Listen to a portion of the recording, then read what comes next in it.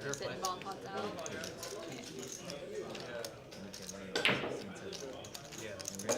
Yeah, one day, that's nice. So you're like, oh man, I've played it whenever I've been in town for it. I haven't run great in it for whatever reason.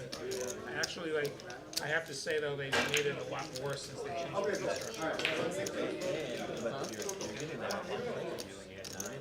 That was a blessing. Always have stuff going. That was just really good. yeah, what don't you like? It's actually going. The fee structure, so. Yeah, remember because they back take when- such a big rate. Well, now they rake every bullet.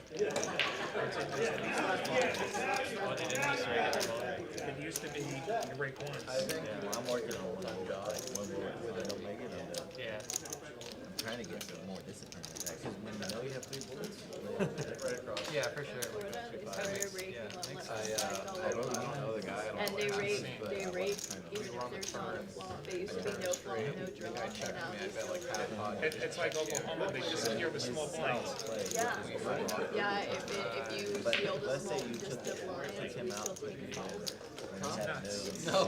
All right, so apparently I was muted there during that whole intro, but we're live now. Anyways, welcome to TCH Live Thursday. I'm your host, Aaron McAvoy. We've got a special 2-5 edition here this Thursday as we are just getting ready to go. And we'll be off and running here momentarily, starting off with a $10 PLO bomb pot, as we do. But yeah, thank you guys so much for tuning in, and welcome to the broadcast. I'm going to open up the old chat box on my phone here, as I don't have access to that on this page any longer. Maybe I just click the old chat button. Aha, there we go. All right, I can see all you fine folks over here. So let me check in, see who all's hanging out. We got Poker Monkey. What's going on? We got Frank, Captain Underpairs. How's it going, guys? Skullbone. What up, what up? Jedi Master Ted, how's it going? I mean, to have chips near the ball. Kicker Problems, how's it going? We got Doug in the chat as well. What's happening? I'd say in the last, how long is If I missed anybody, 7 years or so? do apologize. But welcome to the show. Adam Mock here as well. What's going on, dude? Welcome. all the way. All right, all right. JTM in New York, what is going on? All right, we are off and running here, TCH Live.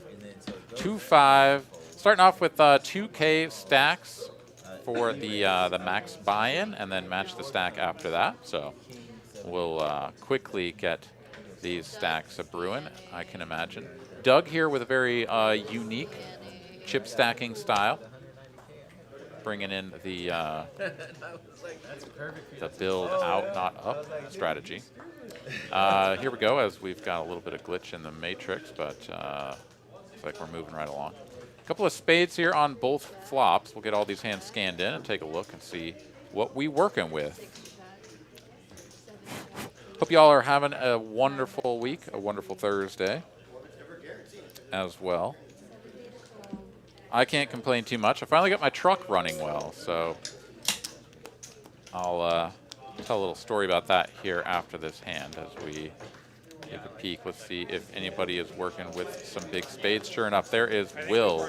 I am Mr. Lahti himself. Nut spades on both boards, as well as a wrap on bottom. So pretty good looking hand there. He's going to go ahead and pot it and take it down. All right, on to the 2-card version we go. And yeah, so I'd been having this trouble with my truck for a little while. It originally manifested as a rough idle and a bit of a stumble under load. Maybe I've told this story before. But in any case, I replaced plugs, I replaced wires, ran good for a day, and then it came back. And so I was like, damn it, didn't fix it. Proceeded to replace just about everything else that is accessible on the top of the engine. Do you guys want to do a And still didn't get it sorted out. live 10 mandatory? Put some cheapo Chinese Do you have import any objections? knockoff fuel injectors in it. No? And All right. once I found out that one of the plug wires had just sort of wiggled loose after my initial install, and I was just getting a misfire on that cylinder, and that was really the only problem that it was having. Then I go and put in these these bogus fuel injectors. yeah. The thing Everything. just no, replace the ignition coils as well. I could go through the whole list, but it's it was a lot. Luckily, I did it all myself, and so it was all reasonably priced because I didn't have to pay for the markup on parts and the labor. But yeah, lots of cursing, and you know, did get everything installed correctly. Aside from that initial plug wire that just rattled loose, it was still on there, so it kind of looked and felt like it was still on, but it had popped off and was arcing. So anyways, then these bogus fuel injectors were tripping all sorts of error codes. As Magic here going to go ahead and flop himself nut diamond draw, and it comes in immediately on the turn.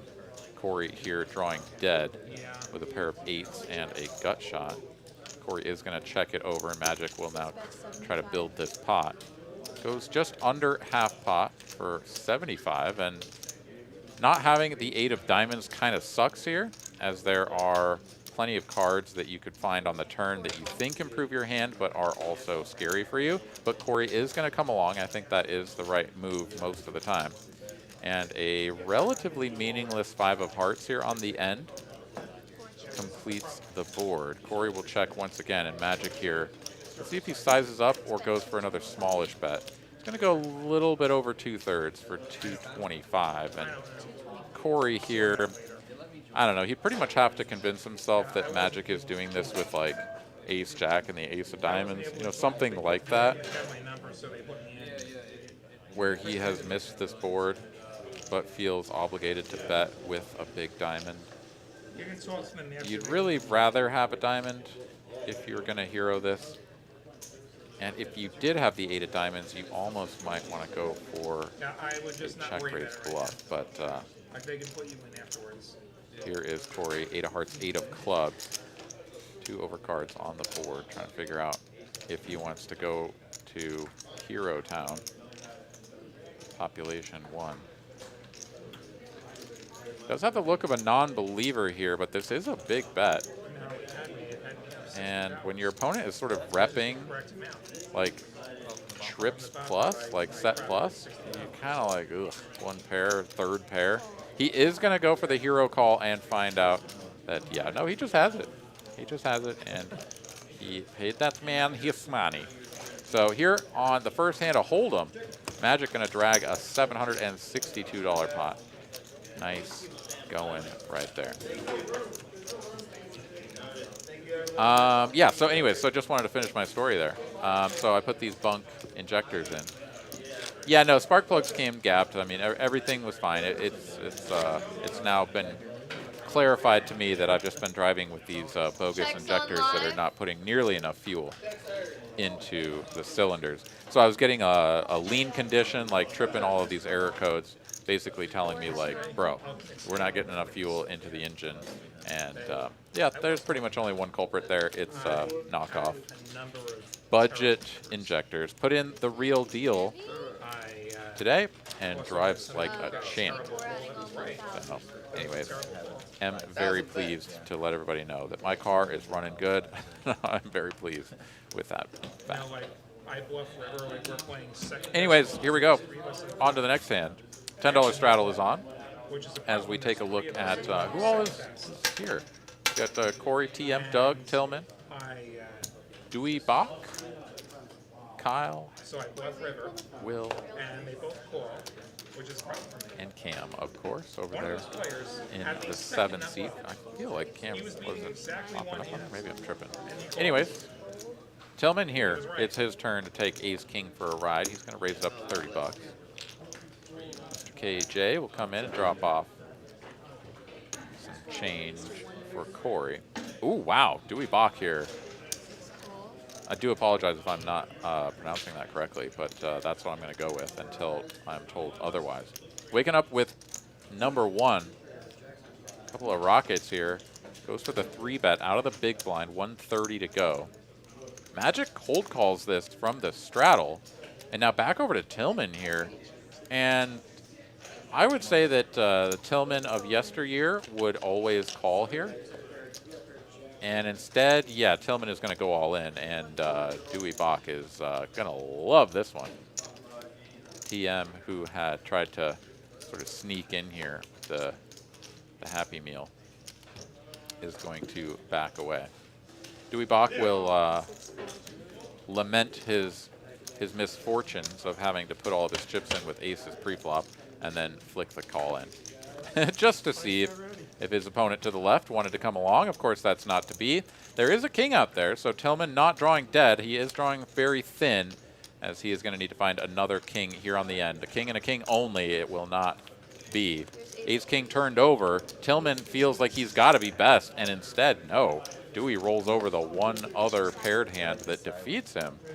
And sure enough, fantastic spot here. So $750+ hand on the first one, 3K pot here on the second hand. So chips flying already as Tillman will run into it here. Pretty big jam there, all things considered as well. Dewey had 1K effective, and he had a limper in between, so there was a raise to 130 and a call. He'd made it 30. Yeah, I mean, Could be worse. You could have you definitely do want to put your opponent in a tough spot that's the hands I hate. so that he doesn't just call and then invite Magic along, who has already Favorite hand is ace sort of shown an interest in coming along. So you don't want to make it too small. You're also out of position, but just ripping it for the full 2K, right? Like, I don't know. I guess it's not terrible. I mean, really, a more reasonable bet would be something like 550, and then Dewey's just going to go all in. I mean, it doesn't really matter That was my least favorite hand. because Magic isn't the guy that you're really worried about. Yeah, even before Tulsa last month, that was Yeah, my least no, favorite. I mean, I guess it's fine. Yeah, shove it in there. Make sure that Magic doesn't come along because he is going to have to fold pretty much everything there, unless he has somehow just flat called with Ace King and then is like, well, I guess I gotta For a friggin' peel ring. these flops, turns, and rivers off. Yeah, But but this is as where it stands, Dewey's continued to elude me. the money goes the way I've of run Dewey and horribly good 5C. stuff this year, which is a problem because that's where all the money is. Ragnar here saying OEM parts only, more expensive but always better. Yeah, you're absolutely right, man. You know, we all have to make silly mistakes like this from time to time, just to remind ourselves that yeah, you kind of just you got to go with the real deal. It's really expensive to buy like American-made quality products, but yeah, there's just no substitute when it comes to keeping your ride running clean and healthy. All right, Cam over here with a mystery card. Does flop top pair, but it's monotone. Checks to Corey, who has a complete air ball. He is going to take a stab at this on the button. And Cam here with a pretty standard check call. Another club here on the turn. This could actually get the pot 1 for Corey if he continues. Repping a big hand. Cam will check. Of course, we don't know what Cameron's kicker is. He could have something like a 5 or a 9 of clubs over there. Even the 4-3 or deuce is going to be compelled to come along for another street. And this is a small bet, just $50 here. And so Cam is going to come along, whether he has a flush or otherwise. Corey going to shut it down. And ace-8 here, 2 pair for Cam. And Corey, had he really just blasted at this one more time, may have gotten that one through. Unclear how much the sort of limit was for Cam with 2 pair there. Top 2, pretty damn good hand. And if you're going to go folding that even to a large bet, then you may just be getting pushed around. So never know if he would have called a large wager, but Really looks forward to that. I didn't know he was is just able to take it down there, checky on the river. Poker Monkey here says some people are very confident jamming with ace-king pre-flop, but it seems to lose quite a bit. Well, it's a very good hand, right? Like, a lot of people give ace-king a lot of grief, or they, I don't know how you want to say it, but they bitch and moan about ace-king.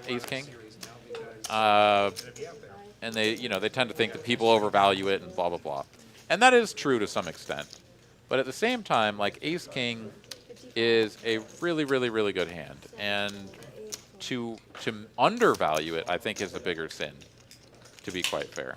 Because overvaluing ace-king, yes, it can happen, but like you block aces, you block kings. It's really tough for your opponent to have a hand that just crushes you.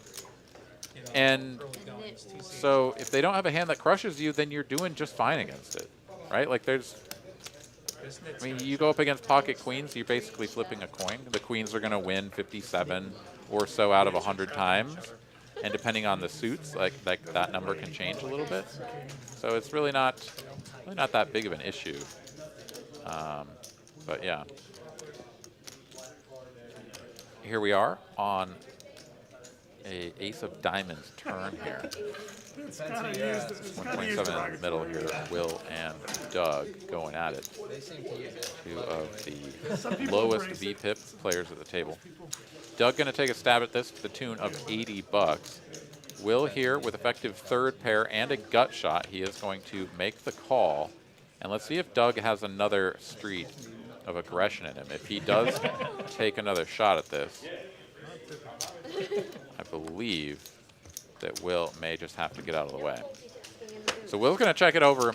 Doug here does have the nut no pair.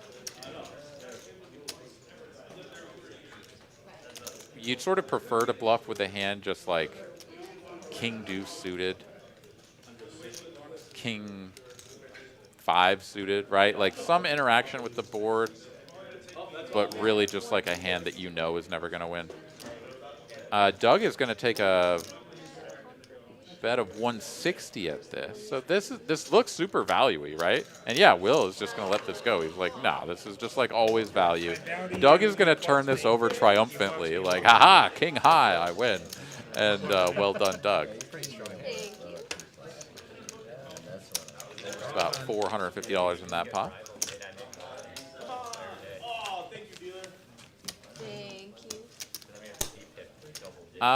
But let's see here. We've got, where did that question go? Ragnar says, how many bottles of seafoam did you try before you changed the injectors? Well, so it's funny. I did put a fuel system cleaner through, and it was at the exact same time that happened that plug wire rattled loose, and I was like, oh no.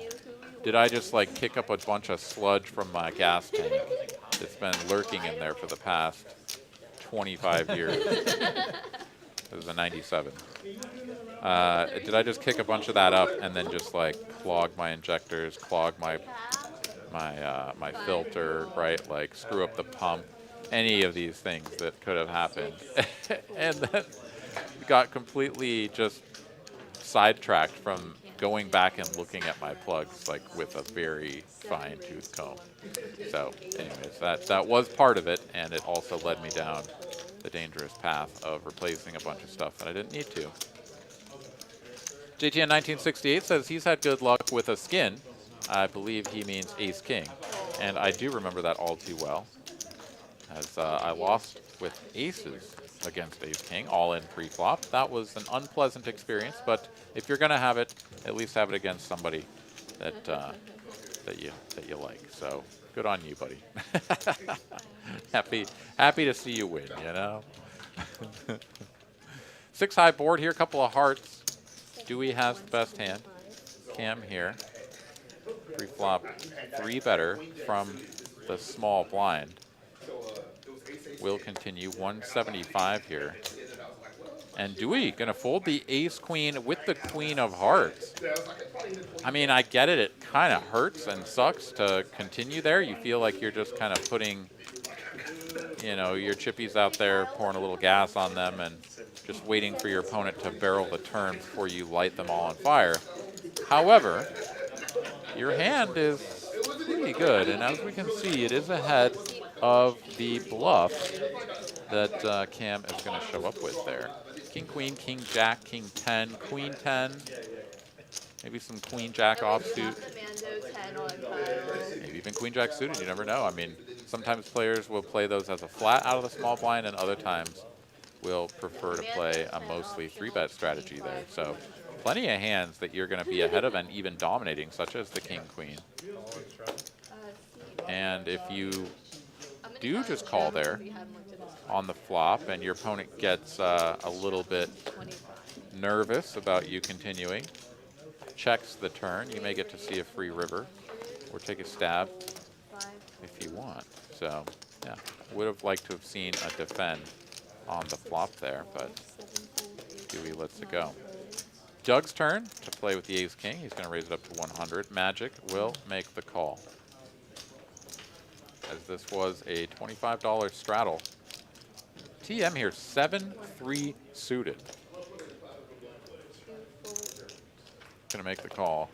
Some of his outs go into the bin. And here we go, 3 players to a flop. TM out of position with a blackjack hand up against Doug and Magic. And what do you know? Top and bottom pair here for TM. This is why you call with 7-3 suited. Doug here, ace-king high is going to be good against a lot of his opponent's range, but yeah, you'd really rather not see more chips go into this pot. So he is going to check. Magic will take a shot at this with just king high. I do think that's the right play. I mean, king high is just like never good. And so, you know, take a stab at it. It's check to you. This is just kind of this funky board that nobody should have a piece of. As we can see, of course, TM does have a big piece of this and is hoping that Magic has something like pocket 9s, pocket 10s, and can, you know, not get away from this. Magic here going to Hollywood just for a little bit. Let TM think that maybe he's getting away with something, but not to be. And we'll move right along. Nice little win there for TM.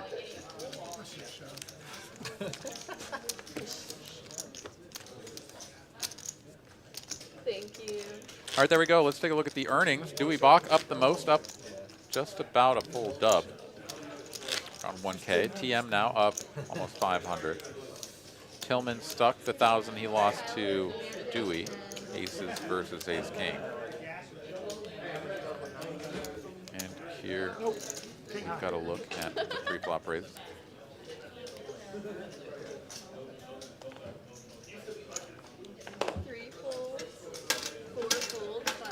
All right, Kyle here, going to put the $10 straddle on. Dewey not a believer in the 9 raise. 7 raised to 35. Cam in the cutoff.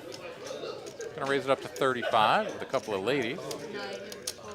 And Tillman will quickly call on the button. Ace-5 offsuit. Will the knit here, a couple of 4s. That's worthy of a call. And now TM with a real hand here, facing this open in the cutoff call. Wow, how does he not squeeze here? 2 call. Just a call from TM. That brings Kyle along as well. We're going to go 5 ways to a flop here when 2 players have premium holdings. Definitely think that TM should have squeezed there. As it stands, the last ace in the deck rolls off.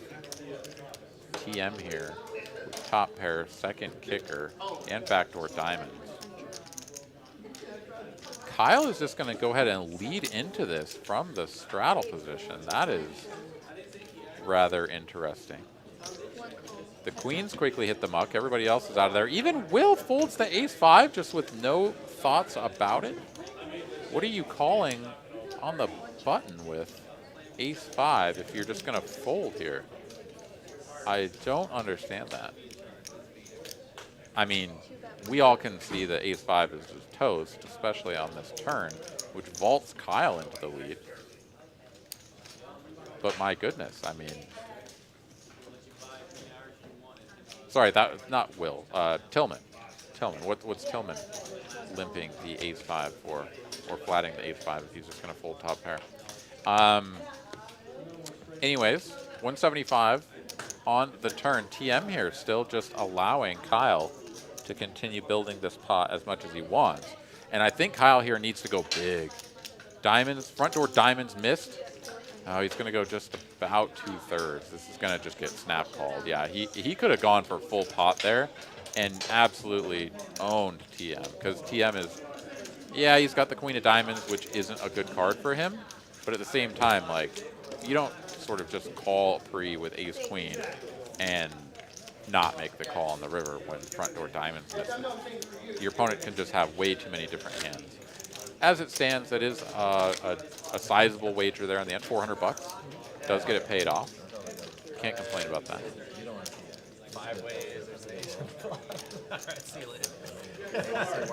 All right, 128 of you fine folks hanging out with us here this evening, Thursday, 2/5 on TCH Live. Thank you guys for hanging out with us. Got to check my my roster lineup here in my fantasy football. Pretty sure don't have that many people, that many players going tonight. We got Joe Mixon. 6 raised to 37. He is quote unquote healthy. He is at the very least off of the injury report. Will be active playing tonight. So got him in both leagues actually. And man, he has kind of been sucking it up. I don't know if anybody out there is playing fantasy football or has some Joe Mixon action, but my goodness, he has really been quite a disappointment so far. Hopefully gets that turned around tonight. We shall see.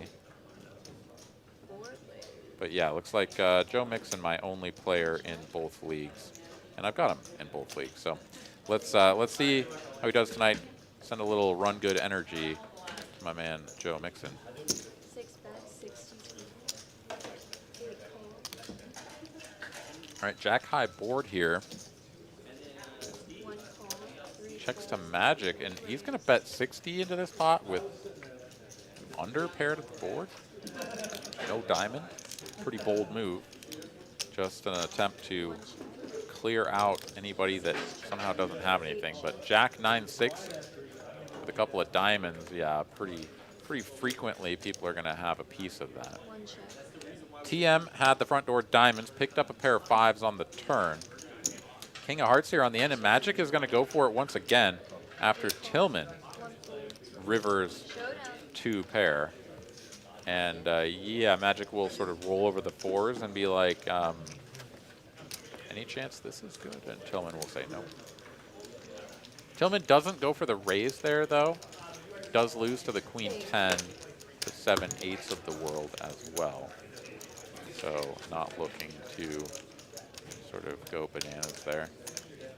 Maybe a little bit on the tighter side, not going for a raise, but at the same time, it does sort of make sense.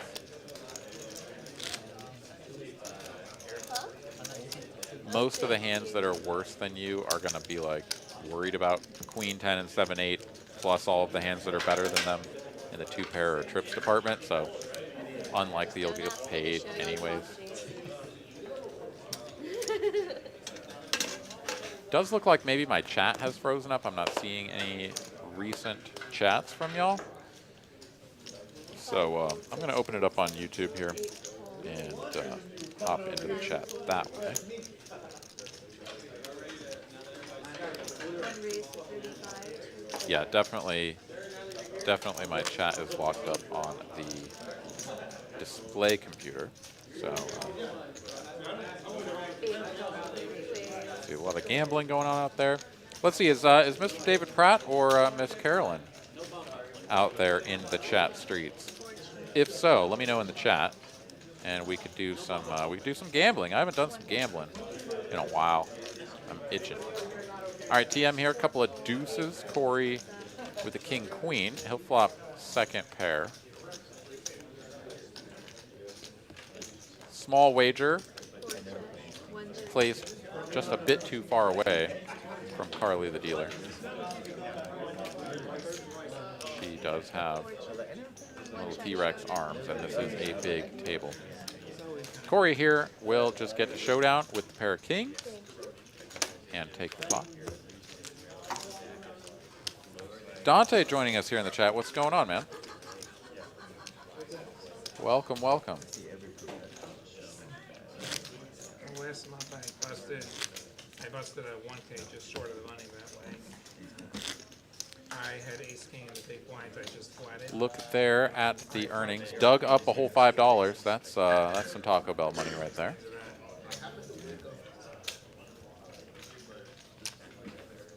Live 25, double shot. Beeper here, dropping a hot take. Ketchup doesn't belong on a hamburger. If somebody would like to fight him, the arena is now open. Let's see here. Kyle here, suited queen 9, folds to him on the button. Definitely time to come in for an open.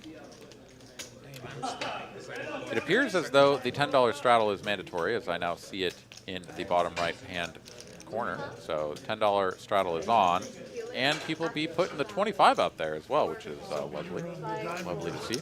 So Kyle raising it to 75 over the $25 straddle. Corey will make the call from the big blind. Everybody else out of the way. Here we go. Heads up to a flop. It's usually not like this. Comes 8 high. 4. No hearts. Well, yeah, I'm always short. Corey with a check-in flow over to Kyle, and Kyle has whipped the shit out of this, so he is just going to check behind and see if he picks up something on the turn, which he does. Up and down with the 2 overs to the board. Corey here will go for a probe. 55 here.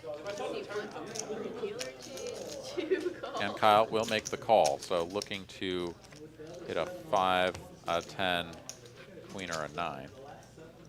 Sorry, I guess the 9 would have been no good. The 9 would have given Corey the straight. But indeed, the straight does come in.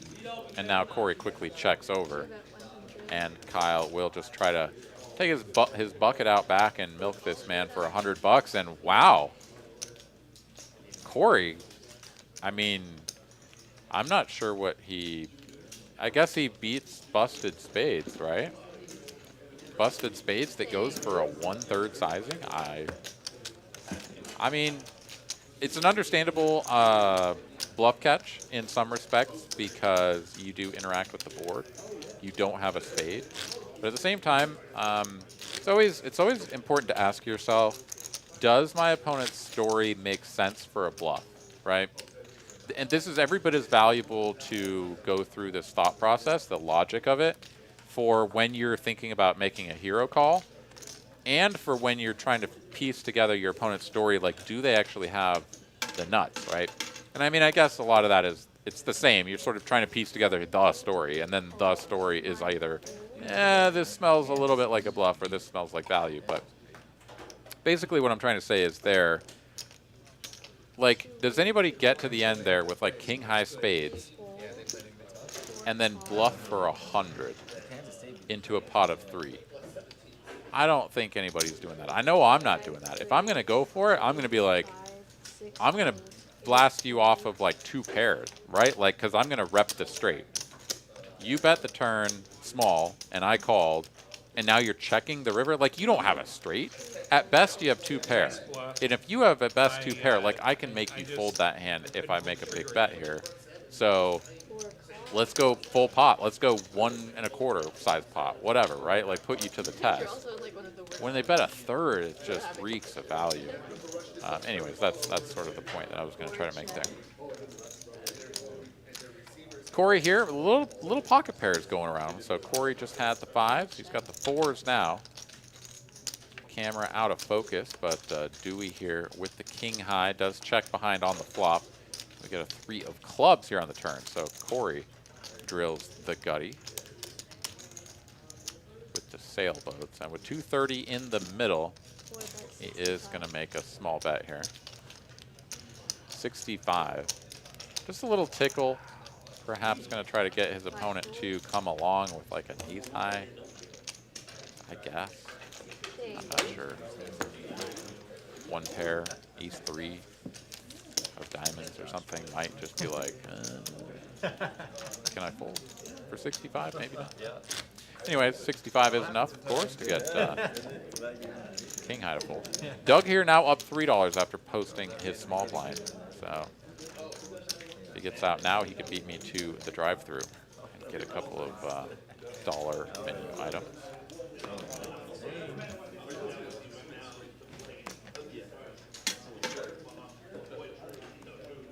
Mo the Cat here says, try the mustard and ketchup combo.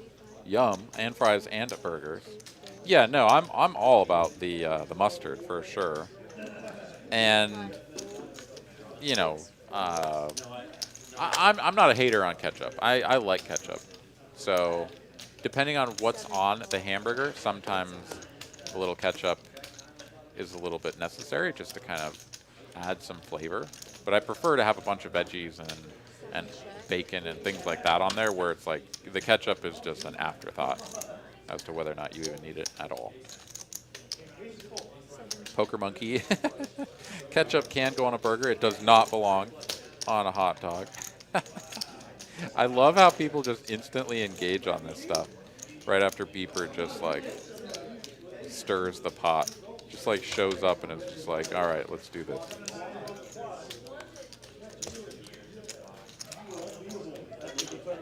Baba Yaga here pointing out that Corey is a vlogger, and of all the young guys out there, Baba Yaga says it's not like everyone else's. It's not mundane. It's authentic, being himself. Points out his weaknesses and all. Well, that's very cool. You know, there's just a little bit too many vlogs out there to follow, and so I just don't have the time for it. But yeah, always great when people can bring a new sort of vision, you know, a different take on something. And so good luck to him. And good luck to all the other aspiring poker vloggers out there trying to become the next Andrew Nemi.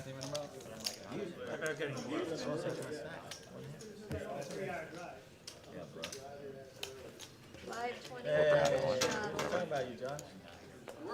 Yeah, I was like, I should play 2-5. TM here, suited 9 triz, not a believer.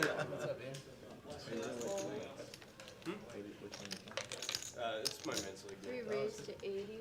The game's not till 9:15. They're gonna come here for a couple hours. 6 fold. Captain Underpairs here rolling a hundy.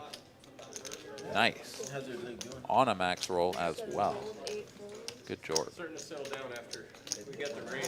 All right, Will the Knit here, facing a raise to 80 from the large straddle, Round 2. is going to make the call. He's got the King-Jack suited. Doug on the 9-8 suited and in position. I think they're gonna restart on 3. Ace in the window. Another one behind it, as well as a queen. 9 shut. Will here flops nut no pair. Checks it over to Doug, the pre-flop aggressor. And this is a mandatory C-bet, and C-bet small. I'd like to see something like 45, maybe 50. 3 bet 40. Doug looks to be going just a little bit bigger than that. Is that 2 for 60? 2. Can't quite see. 2 for 2. Yeah, my screen just froze up there, so I honestly But I had a better did hand. not see what Doug just bet. But whatever it was enough to win the pot. As Will not the kind of player to float The suit out that of I had. position with high card hands. Yeah. Of course, we can see that he had the best hand. And when you have potentially the best hand and a gut shot, right? Like you can imagine a 10 peels off. Like let's say you make that call and a 10 peels off on the turn, and then it goes check. Even if it just goes like check, check. Like there's always going to be some potential for value 5 calls. on the river if Doug has anything, and if Doug doesn't have anything, Raised to 60. then your hand is just gonna win at showdown if he just gives up. So I think there's plenty of opportunities to continue in that hand, but definitely do understand that a lot of the time, once again, just feels like you're torching your money, So nice, right? and you're just gonna fold to another bet on the turn. Whenever they come up. Cam here versus Dewey. Not as many mysteries here. Cam goes for a 1/3 sizing here. Does That have can happen with any RFID table where the nut no pair and a gut shot to Broadway. 5 calls. Dewey flopping bottom pair in here with the 8-7 off, and bingo bango. There's the jack right on the turn, giving Cameron the better hand. Now's the time to slow it down. Check it over to your opponent. Your showdown value, Cameron will oblige. And Dewey going to quickly take a shot at this, and this is actually going to be pretty uncomfortable for Cameron. He does not have any way to improve his hand, and yeah, he's just going to have to let it go, even though he does improve on the turn. Thank you. Good instincts there from Dewey. It's like, Yeah, you can have like ace king and These are the only chips I maybe play. king nine or ace queen, something that was like willing to bet the flop, but now this board's gotten a little bit scary. And I can just bet here on the turn. If you don't fold, I can probably go big on the river and get you to lay down just about any one pair hand that doesn't have a significant interaction with the nuts. Doesn't even need to do that, just gets the jack out of the way right on the turn.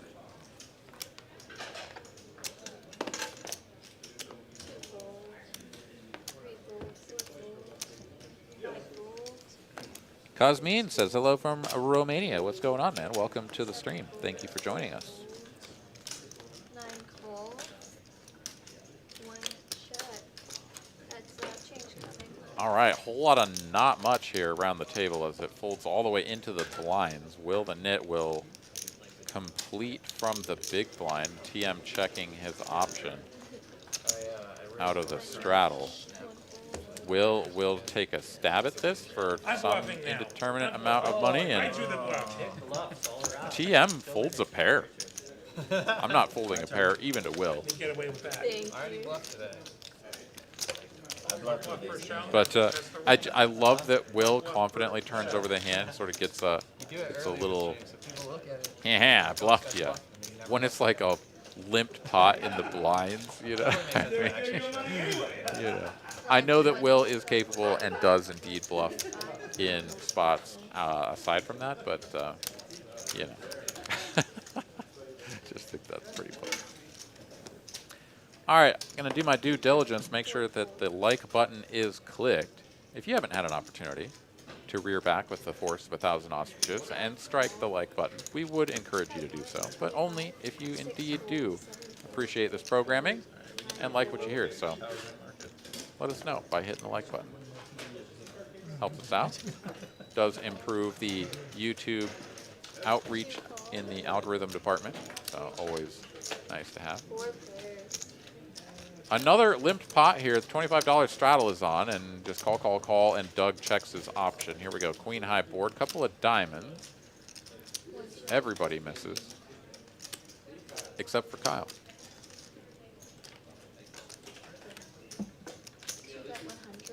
And he will bet full pot here and just clear out the field as nobody has anything to continue.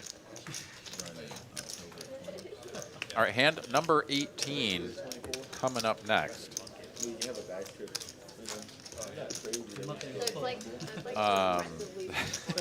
Okay, we've got a fun little thing that happens here.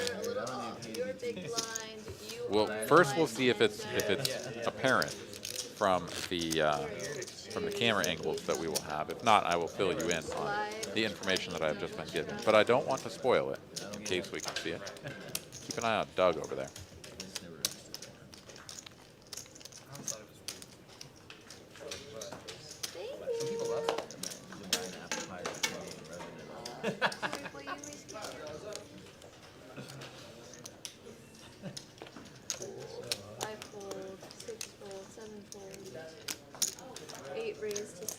Tillman here has a couple of 10s. He's going to make it 60 to go.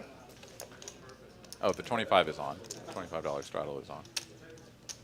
TM here with a middling suited connector. He would like to see a flop and more. Doug folds his hand, and it goes face up here. Ace-9 off into the muck. Corey's out of the way as well, so Tillman quickly making the call. We're going to go heads up to a flop. Remember that Doug folded ace-9 off. Face up. Everybody gets to see that. And off to a flop we go. Heads up between Tillman and TM. Well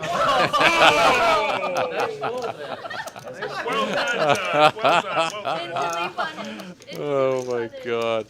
I hate it when that happens to me. There's nothing worse. Right now. Oh, that's just awful. You got to put a smile on your face, and you're like, hey, hey, hey, it's funny, and you're like, damn it. Oh. All right, checky. TM picks up an up and down straight draw on the turn here, and with everybody knowing that an ace and a 9 are missing, Tillman has a very simple call here. 10 would have been absolutely bananas, as it would have filled up Tillman and given TM the straight. But as it stands, it's a 4 of hearts on the end, and TM shuts it down. He's not going to go for it. He says this is too much to bluff. And Tillman here is just going to turn his hand over and win at showdown. I mean, yes, it's unlikely that your opponent has anything at all. Like an ace and a 9 have been exposed. Like, it's just, I hope it got the. you know, the he hand bets enough big to on the make it turn go. and then just shuts it down on the end. He probably just got a dead hand. Make it on short. But to not go for value there with the 10s. I mean, I held it like under. I mean, imagine that, you know, your opponent has the same information that you have, right? Imagine he's got pocket 8s. Or there's still 2 9s out there. Imagine he's got a 9. Make sure Aaron knows. Like, you can get value from that, because, like, what are the chances that you have an ace? Pretty slim. Busted diamonds, like, I mean, there's plenty of things that you could have sort of repped as a bluff there, but doesn't go for it. Tillman says, just take the pot as it is. Dewey here going to limp from early position with the ace 10 off. Cam will push aside the chaff. King 10 of diamonds. Taking it up to 50. And Doug here looking down at the ace jack off. And he is just going to show his neighbor and fold this. Okay. That's how you maintain a 15 or lower VPIP, right there. If you're Mr. Doug. Had he instead gone for this 4-bet himself, well, it's effectively a 4-bet because Dewey limped up front. He would have just won the pop. I'm quite certain of it. Instead, Dewey goes for the limp back raise with ace 10 off. So this is spicy. Cameron, though, isn't willing to let go of his hand for such a small size. Dewey will continue for 150. And Cam here, top pair, backdoor diamonds. Yeah, that's the one. Yeah, you can't go anywhere. The root beer. If your opponent has aces, they got aces. They got ace king, they got ace king. But we're not folding yet. I tend to have an 8. Here we go. Deuce of diamonds on the turn. Indeed, the backdoor diamonds working here for Cam. Dewey has no diamond. I could definitely see having the ace of diamonds. This is a card where you're like, all right, just about 0 equity, but we've got a key card in case the river comes diamond.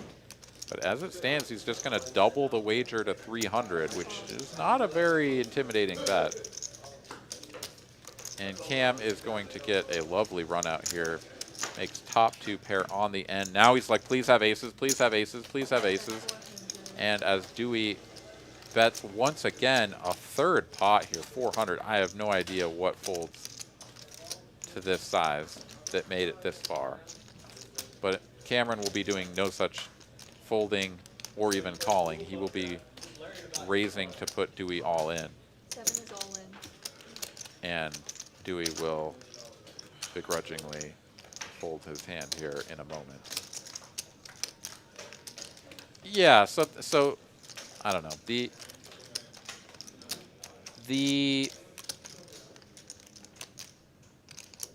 story. Telling a good story, a convincing story, is, I mean, it's sort of the most important thing that we do in this game.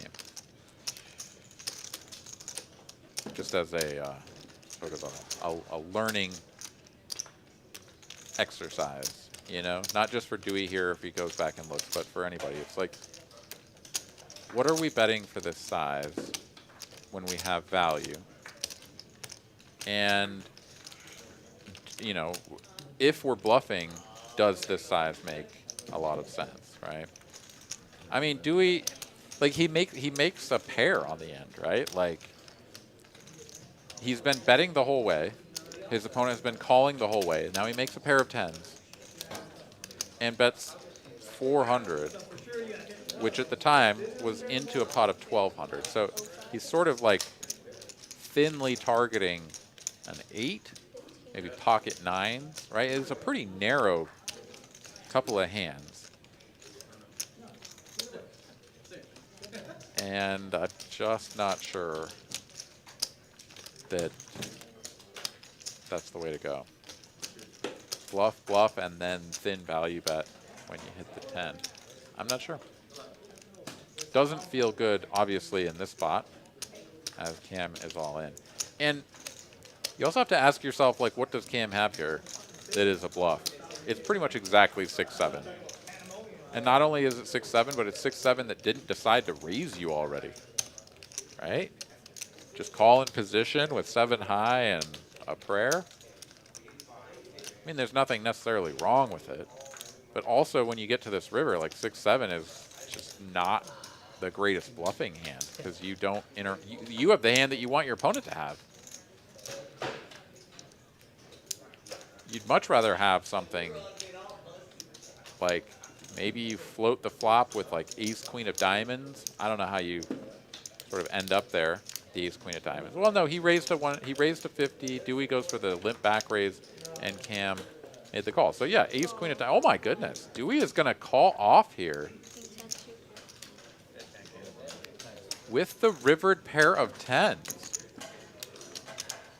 And really just giving Cameron credit only for a bluff here. He says, you can't value raise me with any of your kings, which is a little bit true.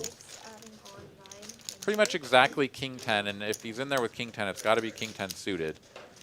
So there's really just 2 combos of that. Other than that, it's a set that is just sort of slow playing in position, which is perfectly reasonable.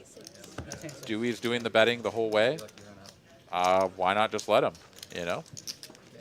You flop a set, it's a pretty dry board, disconnected. King 6-9, right? I mean, or king whatever it was. It was 7-6 made the straight, so, or was the straight draw. So king 8-5. Yeah, just not a scary board if you flop a set of 8s. Set of 5s, maybe. I don't know.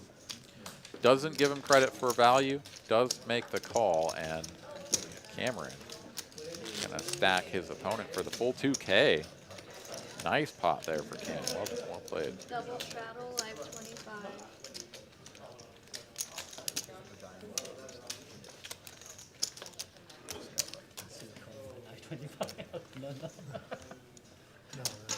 Poker Monkey here, sharing some stories about flopping the joint.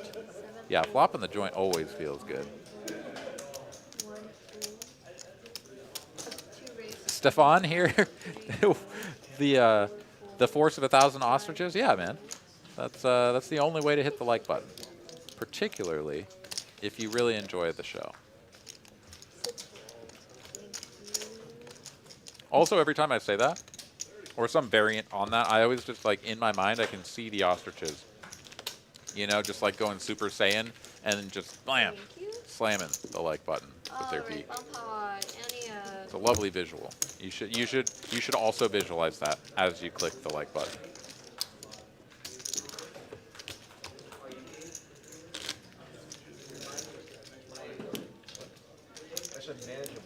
All right. Went to showdown up there on the screen right now. Will the Nit has not made it to showdown once in 19 hands.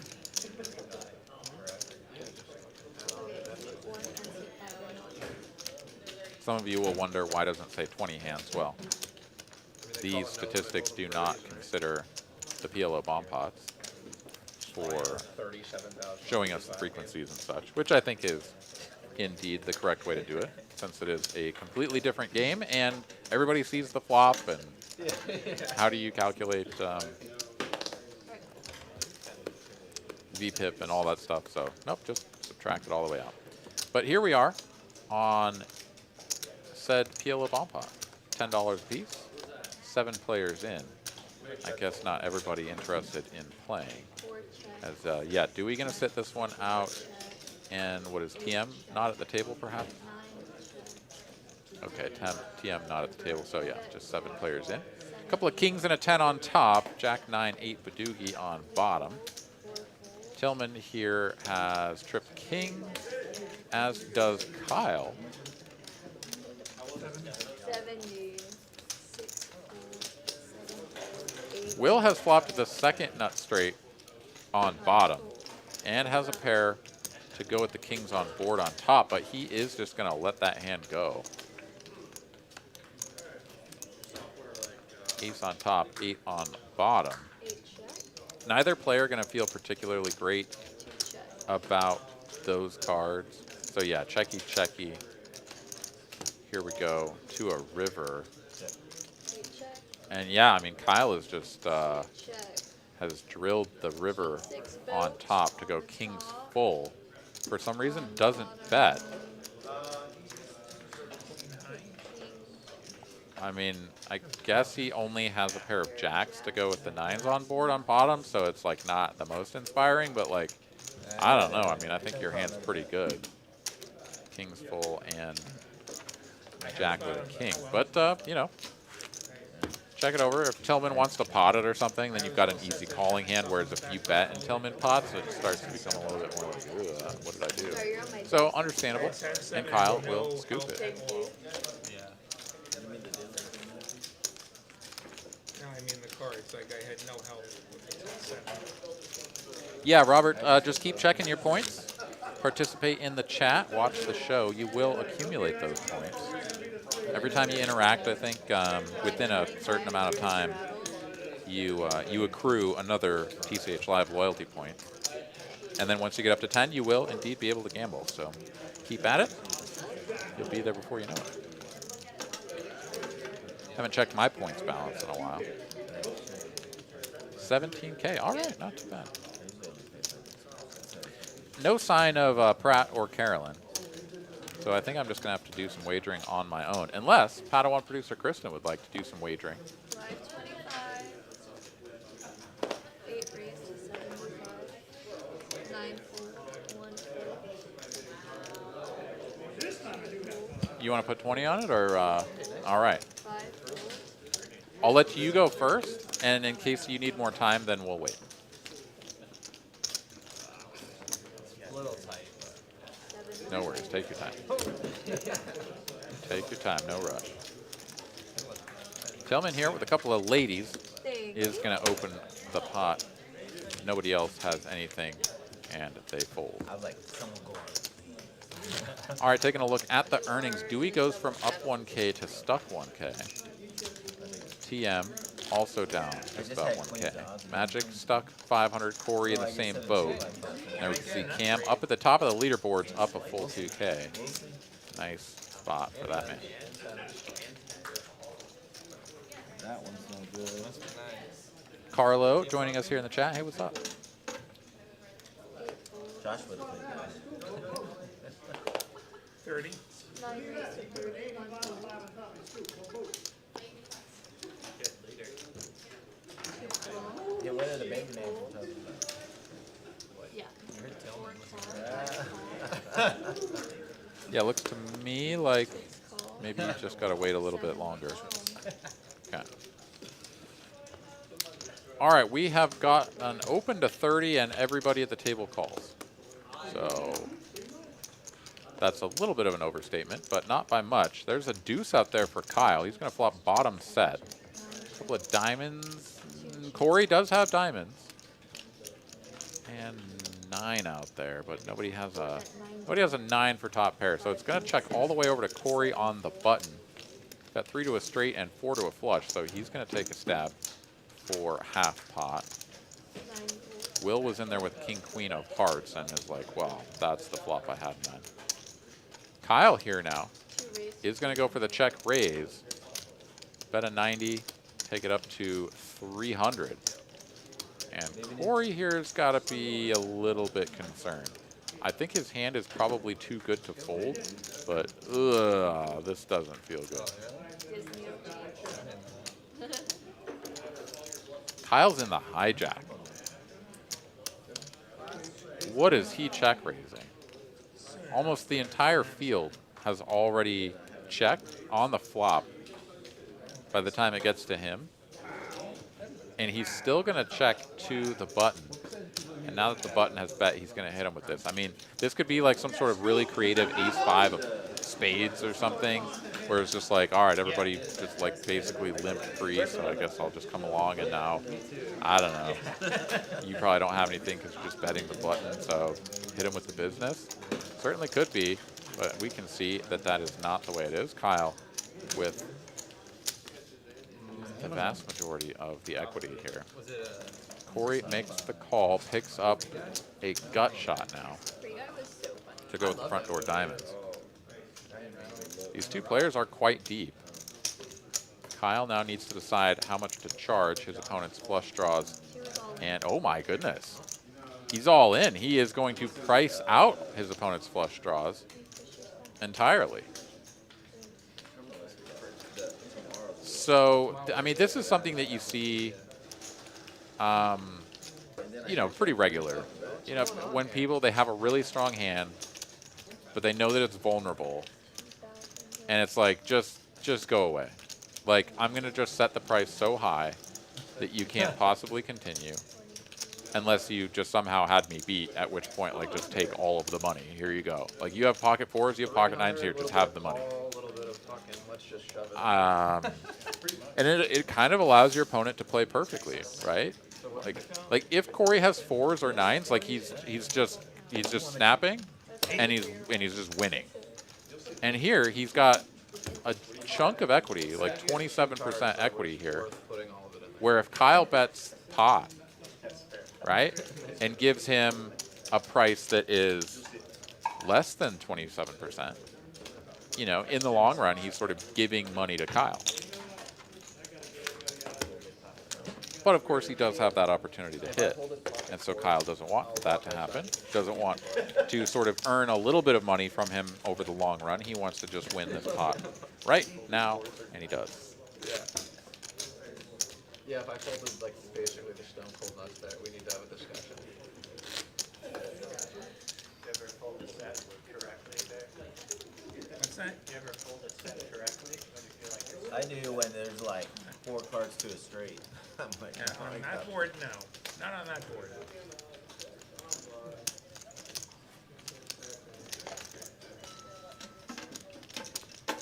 Nine fold, one fold. You ever try to make a set fold? Pretty hard to do. You ever try to make a set? Yeah, Carlo here sort of echoing what I was hinting at. Lost some value with that shove. I mean, that's definitely true.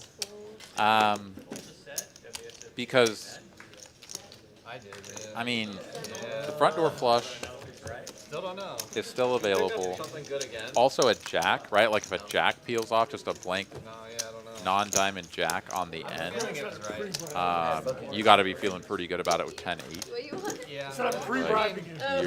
There was one straight. You're on the available, nuts, 10-8, right? straight. So you're drawing to the nuts in one spot. You know, it's only a couple of outs, 3 outs to the nuts, and then you hit any diamond and you've got a really good flush that your opponent, when they check to you, is just always going to be behind. And if the diamond comes, of course, they are going to check to you. Don't think I ever win that hand. So, yeah, I don't know. I mean, certainly could have laid a price that he would have continued. And you're still in, what, 30-some players And left. a lot of blank rivers to come If you get a that full could have double up, like, it's like put you that, have a chance to have a that chance. pot up a little bit higher, but Yeah, not to give be. it a Here we are. minute. Doug raising it up, 40 to go. Over to Cam. He's made Yeah.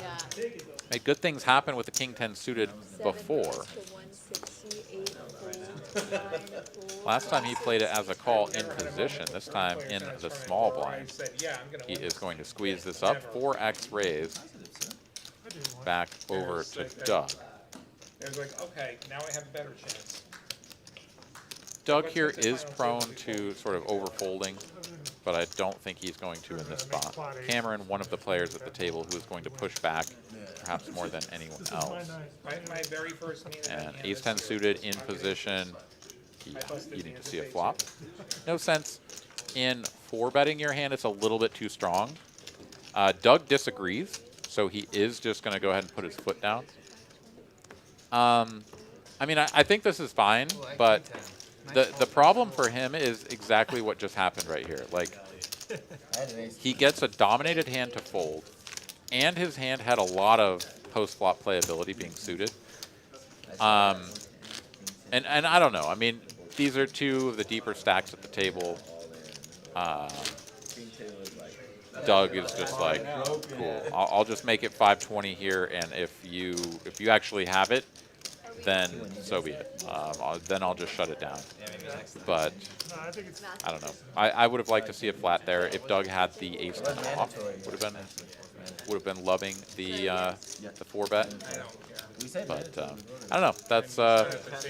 That is always an open question too. Do you take your suited hands and raise them? Because if you actually get Otherwise, a I'm gonna continue start from your opponent, then your hand plays much better. It's the only reason I'm straddling. Or do you do it with your ace 10 off and then just shut it down or whatever?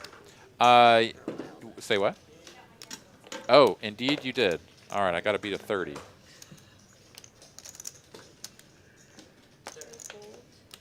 Three folds. 4 raised to 30. 5 folds. Got him.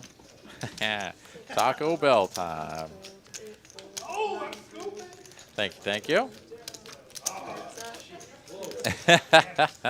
All right, so that was at 7:14. So come 7:45, we can fire it up again. Give you a chance to earn your 20 back. Corey here with the ladies, including the Queen of Diamonds from the low jack, called by Magic in the cutoff with 5-3 of hearts. Checky, Jack of Spades now on the turn. Understandable spot for Corey to check. This is not really the greatest board in the world for him. However, it's not terrible either when you just get a flat behind. So could have definitely bet the flop, but decided to go for the check. Magic does call the turn bet as he still has the pair and the gut shot. The 8 of clubs on the end, not an inspiring card for Magic. See if Corey just goes for some value here. He did get called on the turn. So if his opponent has a jack, like let's say Jack 10 or Queen Jack somehow, King Jack, like he could definitely target that for a reasonable size. Has the Queen of Diamonds as well, which is a good card for him if he were to be sort of bluffing. The turn, 225, yeah. Slight overbet here. And the pair of 3 is just not going to be strong enough to do anything, so does just get the quick fold, but I like the idea for sure there from Corey. Put a jack in a tough spot for sure.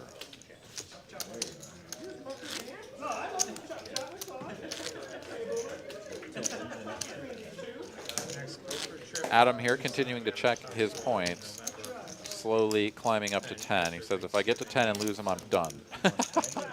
Well, I mean, you would be done for a little while, but you could always grind it back up, man. But I have faith in you. You're going to get to 10, you're going to gamble it, and you're going to smash. You're going to smash like a 78. I'm going to channel it for you. Positive energy. Thanksgiving, I'll do 4 folds. 5 folds. 6 folds. 7 folds. 8 folds. 9 folds. Oh, you got to 880, but you always gamble all. Oh, I see. Yeah, well, if you always go all in, then you're gonna go broke at some point. We all know that. Kyle here waking up with number 1 in the straddle. Doug makes it 30 to go, and Kyle takes it up to 150.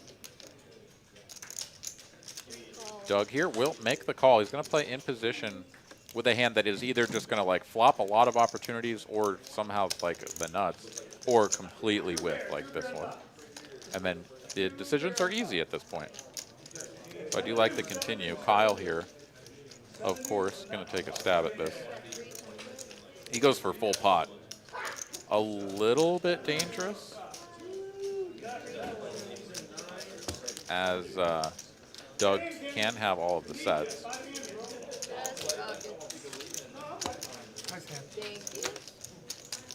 But at the same time, his hand is quite strong.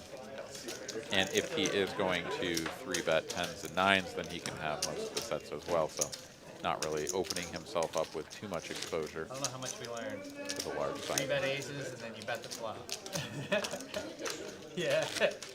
You're saying that's standard. That's not very standard. Kicker problem says 10 at a time. It's kind of like playing 1-2, but you got to grind up those points to start gambling more. Yeah, dude, absolutely. And Ragnar here talking about bankroll management. I love it. Yeah, my fault. As soon as it came out, I was like, why did I say that? Yeah, no, absolutely. 4 bet 30. 5 folds. I think you played it well. 6 calls. 7 folds. All right, 8 Corey here. calls, No, the ace. 9 Middling suited connector makes it 30 to go. Magic calls in the low jack TM. Still not at the table. That man has been away for a minute. He would have loved to have seen a flop with the 8-7 of clubs. Of that, I am certain. And then the flop came. Kyle just makes the call with ace-queen off. And this would have been a very spicy flop had TM been in there with the 8-7 of clubs, as he would have his opponent notched on the ticker. But Corey here with a gut shot straight flush draw to go with top pair. So those two players would have put plenty of chips in the middle. As it stands, though, Kyle and Magic have nothing to continue, and Corey's just going to take this one down. You almost feel like you've lost somehow when you win the pot on the flop here. You're like, wait, nobody has anything? I don't even get to see if the 4 of hearts comes off?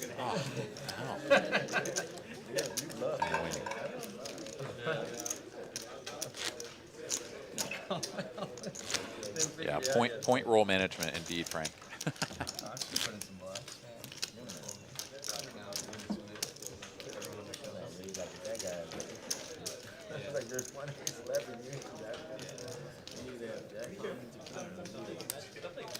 Nope, you're the big blind. You gotta put 5 in.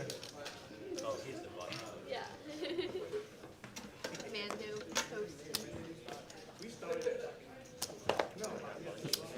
I love how, like, the, Oh, yeah. it's almost like Why the, not? the parents in the chat, like, coming in to be like, listen, I'm going to sit you down. We're going to have a real talk, Adam. We need to talk about how to build your point roll. We're going to talk about how to maintain. And then, you know, one day you can move out of the basement, 3 get calls. yourself some real points. 4 Hey, but man, the sit-down chat, it's going to his head. Adam, look at that. You guys did good. Sorted him right out. Got him off of that that all in every hand, you know, get him on the straight and narrow. And we're put up here. A whole bunch of 7s and deuces on the board. No one taking a stab at this yet. And yeah, we're still checking. 6 on the end. Nobody has anything. King high for Tillman will take this unless someone bets. I think you could sort of like look sideways at the pot, maybe a little breath inward, something, and just win. But no, Tillman will just turn his cards over after everyone checks through for a final time, and king high is good.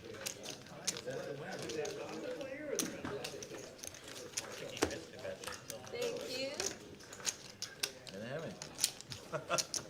Probably 0 called 9 out.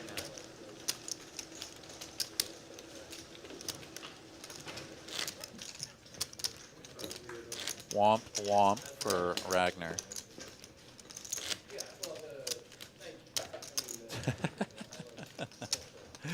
Oh, you guys are a riot. All right, looking at the RFIs here, Cam leading the way, along with Doug at 19.23%. Will the net doing what will the net do, which is not raise first in That's the full very often. 25. It is 65. 908 to 65. Got king queen of hearts. He had this hand before, and it was like some weird disconnected 9 high board, no heart. He is going to make it 65 to go, and for some god-awful reason, Kyle is calling with a $65 bet with queen 4 off. I feel like Kyle can't have that hand. Yeah, this is a misread.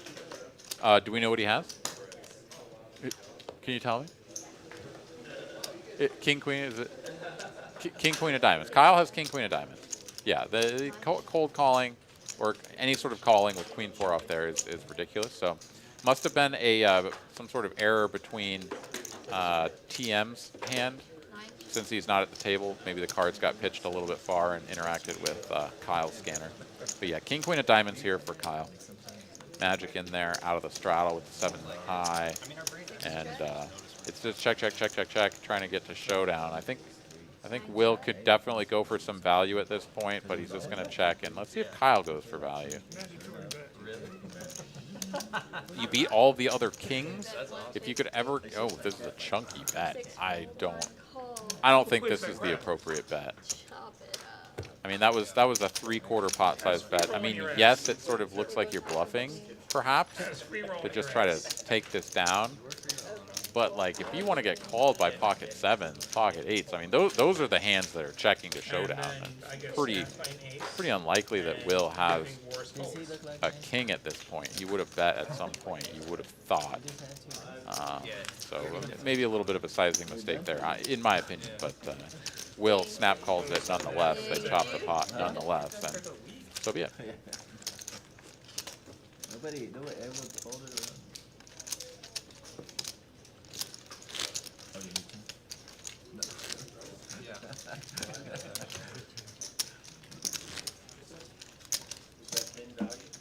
Ooh, rushing touchdown by Joe Mixon. Yeah, Don't mind if I do. That's a worthy bet. Like, I'm still, like, I obviously can't fold after we check through twice. Well, that's lovely. I've been waiting for Joe Mixon to get some touchdowns. Pretty much just any sort of tangible points in fantasy. Because having him in both of my leagues, and having him completely underperform has been frustrating, to say the least. Although, I mean, it could be worse, I suppose. There are plenty of people out there who took Jonathan Taylor as their #1 pick, and he's like running back 12. Which is at least something. Like, you've still got like an RB1, even if he hasn't put up like RB11, you know, stats, like the actual overall GOAT at the running back position. But at least you're still getting something out of him. I think Joe Mixon was like running back 20 or something. I mean, just not doing great. I don't know. I'd have to look that up. Magic and Cameron here. Neither player has anything. The more aggressive player likely to win by showdown. Magic, I mean, I mean, I say he has nothing. He has a club draw, but yeah, he's not going to continue for another wager on the turn.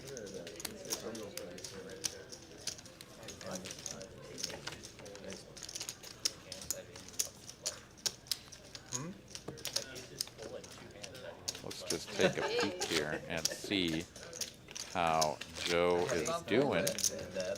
Oh no, don't tell me that touchdown got negated. No, it did not. Okay. One of my apps showed it as him only having like a few yards, no touchdown. But yeah, 12 yards and a TD for Mr. Mixon.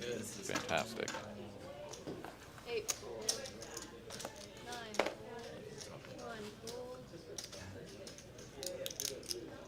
2 raised to 30, 3 fold, 4 fold, 5 call. So your guess is as good as mine as to what is keeping TM. Perhaps had to take an important phone call or something, but hopefully he'll be rejoining us before long. 3 players, 2 have flopped, 2 of whom are repping diamonds. 1 diamond on the flop, a couple of 7s, and a jack. Nobody connecting with a pair. But it checks over to Kyle, and yeah, these sort of 1-paired boards, you've got some backdoor opportunities and just king high. I mean, you can just take a stab, and if nobody has anything, they fold, and you just win. That's the way to do it.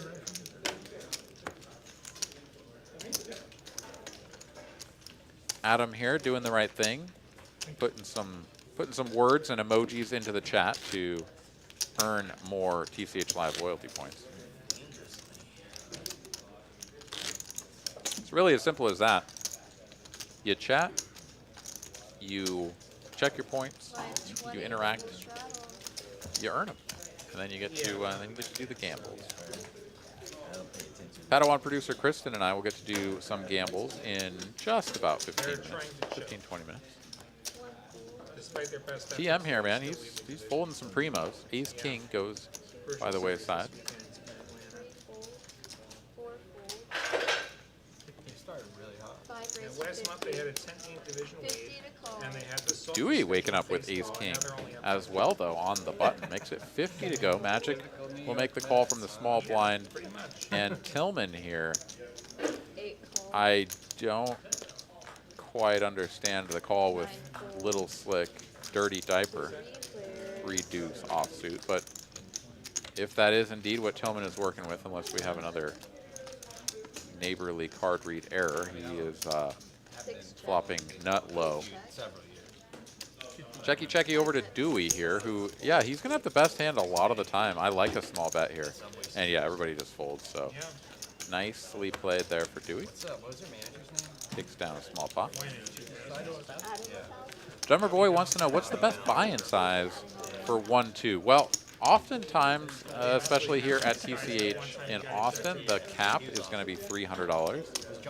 So I think you should buy in for the max. That gives you, pardon me, 150 big blinds to get started, which is, I mean, I think it's a good number. 150 big blinds, you're deep enough to be able to play some 3-bet pots if you need to.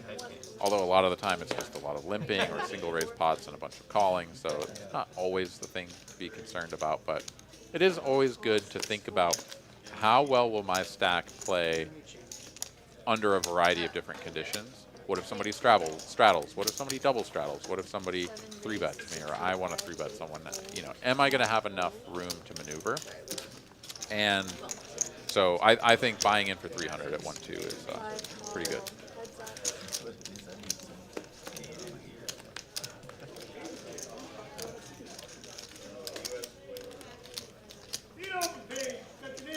Well, good on you, Ragnar. Good for you getting a workout, man.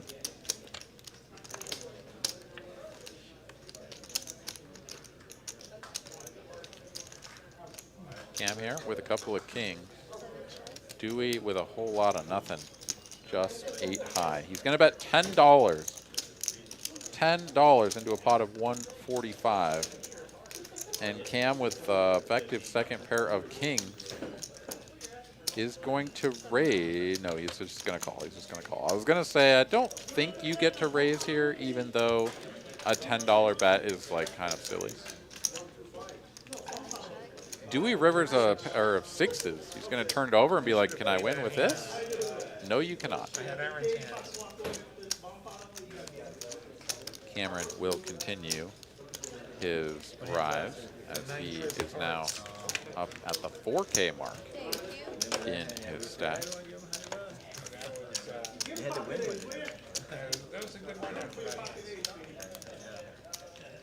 Taking a look at those stacks, yeah, Cam just shy of 4K. Kyle is up almost 2K as well, right on his heels there. Doug up $51. This Taco Bell order is getting juicy. Tim, Dewey, Magic, all stuck just about 1,000. And everybody else in between. You don't like to make the minimum with pocket kings, or what? Double. I think I just heard Cam say, what, you don't like to make the minimum with pocket kings?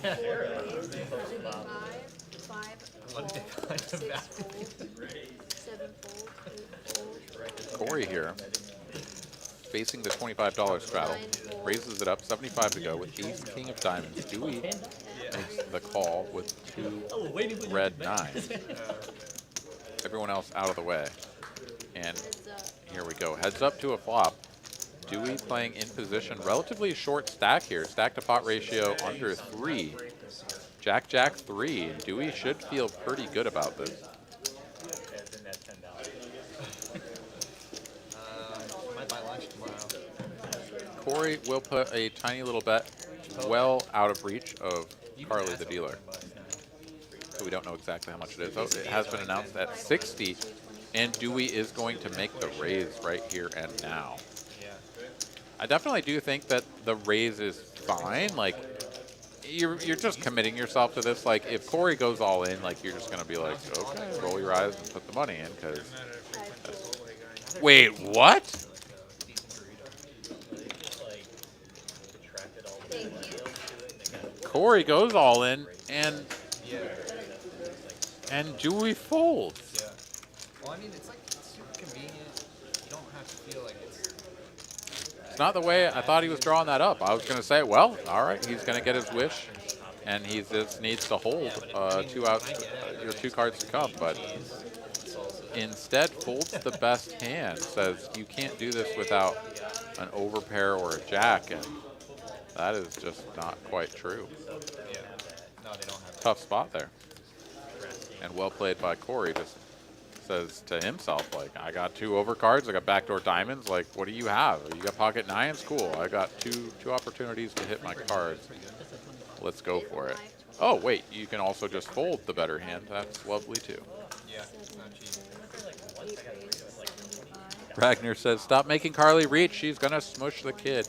Well, I'm sure that kid is doing just fine in her belly, but yes, it's more just a matter of just courtesy, as she is already short without the baby bump. Reaching over to grab and count chips is always a challenge. Kyle wins another small pop to Ace King. Tampa's good, man. Tampa just beat Buffalo, and I don't see how the Buffalo will like 1 on every chart. Drummer Boy just got up to 10 TCH Live loyalty points. All right, good luck, man. Pulling for you. I mean, he threw 400 yards and all these. He's good, right? Oh, let's go, bro. Let's go. 81. Turn that 10 into 30 like a boss. Miami's great out there. Nobody has them in the Super Bowl conversation, but they're not terrible. Tillman here waking up with aces. On a $25 straddle, he's going to make it 75 to go. Will the knit here on the button with 2 red 5. Will's stack has slowly dwindled to just about 800, so he is committing a sizable chunk of his stack, making this call. Corey not going to defend his straddle for only 50 more with Queen 10 off. I think that's a bit of a mistake. We can see that it is for the best, as Queen 10 would have missed entirely and is still up against number 1. Good Lord, Tillman is going to overbet as he looks off into the distance nonchalantly. You're the next one to bluff me. Congratulations. And yeah, if he... Congratulations on being the next one to bluff me. Oh, man. Will said something about being the next one to bluff him, but yeah, Tillman's not bluffing. He just wanted all of your chips, and he wanted them now. Call JG Wentworth and get your chips now. Somebody in the chat, let me know that you have seen that commercial. Yeah, there's a bunch of commercials, but the cadence of how they say it is just something I'll never forget. That was a very well done commercial by a very seemingly low budget operation.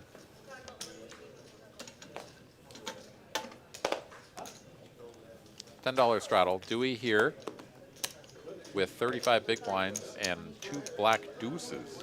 Going to raise it to 25. Tillman on ace 4 suited. He'll make the call. Oh, he'll raise. Well, I like raising with suited wheel aces a lot of the time, but you like to do it when you have an opponent that is actually capable of sort of feeling the pressure. I mean, Dewey's just going to call, which, I mean, I don't know. Maybe just trying to sort of preserve the few chips that he has at this point, just to try to play for a little bit longer. I'm not exactly sure what's going through his mind, but, I mean, deuce is there. It's like, you've got a pair. You're going to raise under the gun. I mean, then you get 3-bet. Like, I'm not set mining at that point. I'm just shipping it in. You know, let's double up this nub or head for the door. I mean, every flop sucks that doesn't have a 2 on it, and most of the flops don't have a 2 on it. So yeah, Tillman just gets to bet at this and win with the inferior hand. Poker Monkey knows all about the JG Wentworth drummer boy. Call 877 cash now. Yes. Oh my God, I love it. They're my points, and I want them now.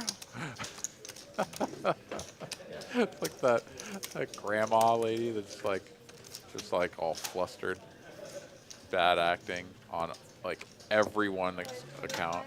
I don't think there's a good actor in any of those commercials. I think that's the brilliance of it, though. They wanted it to seem like it was real people, so they just got real people to do it. But then the real people tried to be actors, and so they were like, "I'm gonna put some effort into this. I'm gonna, you know, really act like I want my money." Thank God that they just look like the worst actors ever.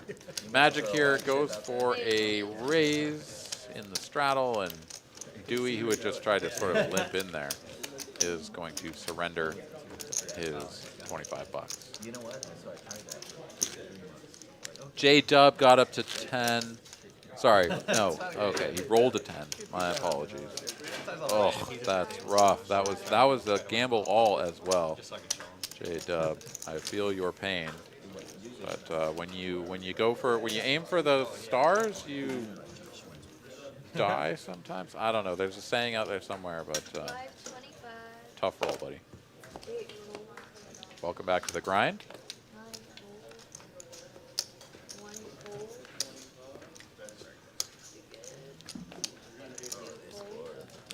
Do we know why people? I don't know. Mixing? No.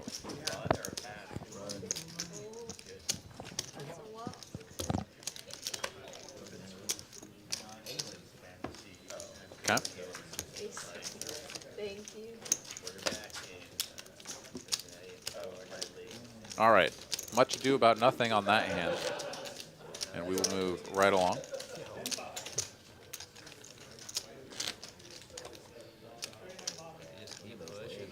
Adam Mock now, the newest disciple of the bankroll management skull-bone system. He's like, bro, how are you gonna do that? How are you gonna punt that off? I'm working my way up from 0 right now, and you had 1,000, dude. Come on, bro. Oh, I love it.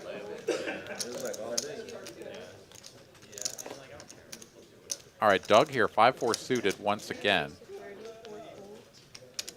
Gonna make this 30 to go, and here we go. It's all you can eat for Dewey. Gonna put all 245 in the middle and see if he can double it up. Doug is like, I have 5 high. Do you want to call? Dewey's like, yeah, you flopped a boat with this hand earlier, except you folded, so put your money in there. Doug says, nah, you can have the 30, but that's all you get. I had your hand. He said, I had your hand. No, it's your hand. It is your hand.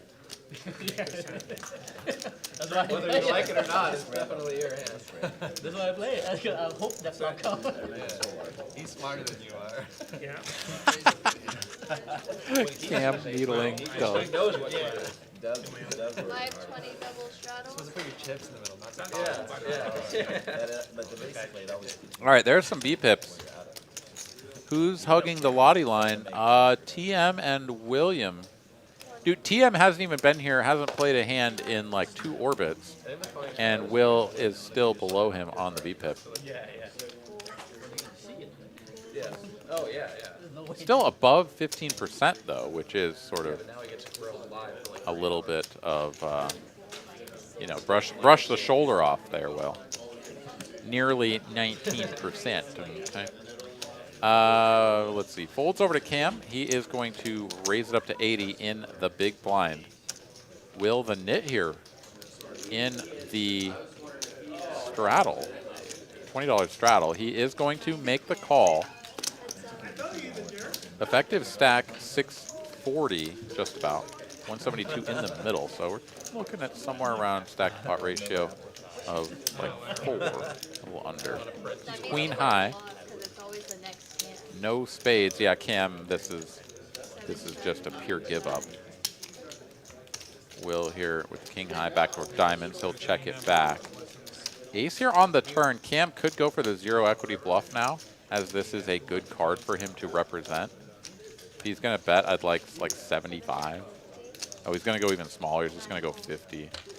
50 is not gonna get Will to fold the king high and the gut shot.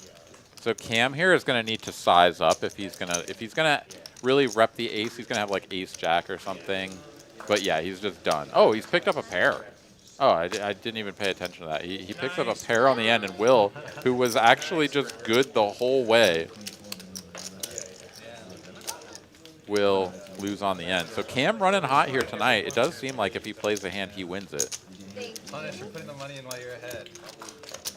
That was just Cam's got needles tonight. He's feeling good, running good, feeling good. You know, loosen that tongue up. Hell yeah. I know what it would have won. Ooh, nice roll, Reina. A 90. Heck yeah. You can't double shot and actually still killing him. Oh, Ragnar, yes. Ants. Nobody wants ants. Nope. I don't know what I was just about to say, but ants. Nobody wants ants. Kristen said she just So, texted him. perfect time But for I mean, the he's being blinded out, so he's still gonna get in. ants gif, Yeah, I get that. gif. I feel From, like for the sake of the show, they need to make a rule at some point. This is the first time this The has animated happened. show that I can't remember the name of for whatever reason. Archer. I'm good at just like- Nobody wants ants. Exactly, there's people who want to play. 5 fold, Words are hards. Memories are hards. 6 fold. Raising to $30 is not hards, but calling with 7-6 offsuit on the button, 7 really not hard. Cam, though, he's just got kings because, you know, when you're hot, you're hot. That's my quarterback for fantasy. Makes it 160. Kyle here Because I had Murray and he's has a bit of a spot. Ooh, he's just gonna quickly fold. he hasn't got me crap. Wow. All right. I mean, Cam just wins. I'm gonna make the call there with ace jack suited. I think, Yeah. you know, you got a pretty good hand. I forget who they're playing, but I was like, Wrong call. You get to play in In my mind, I position. said Yeah, you that sort of was invite the guy on the button to come along, but sure. not the worst. But when there go my points.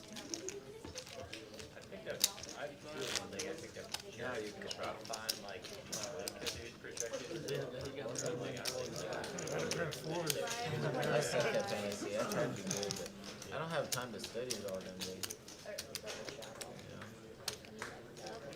All right, onwards and upwards. Hand number 44 coming at you. Yeah, he asked for a dealer change like 10 Yeah, minutes said into Carly the sucks. stream. Can I get a dealer 3 change?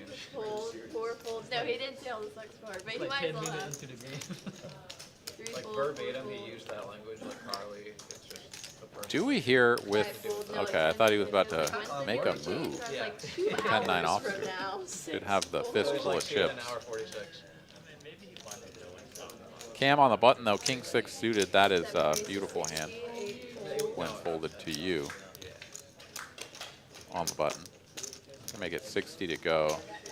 9 fold. Interesting choice here. Oh no, this is a $20 straddle, not the 25. Okay. 60 is the best. And Kyle, let's see.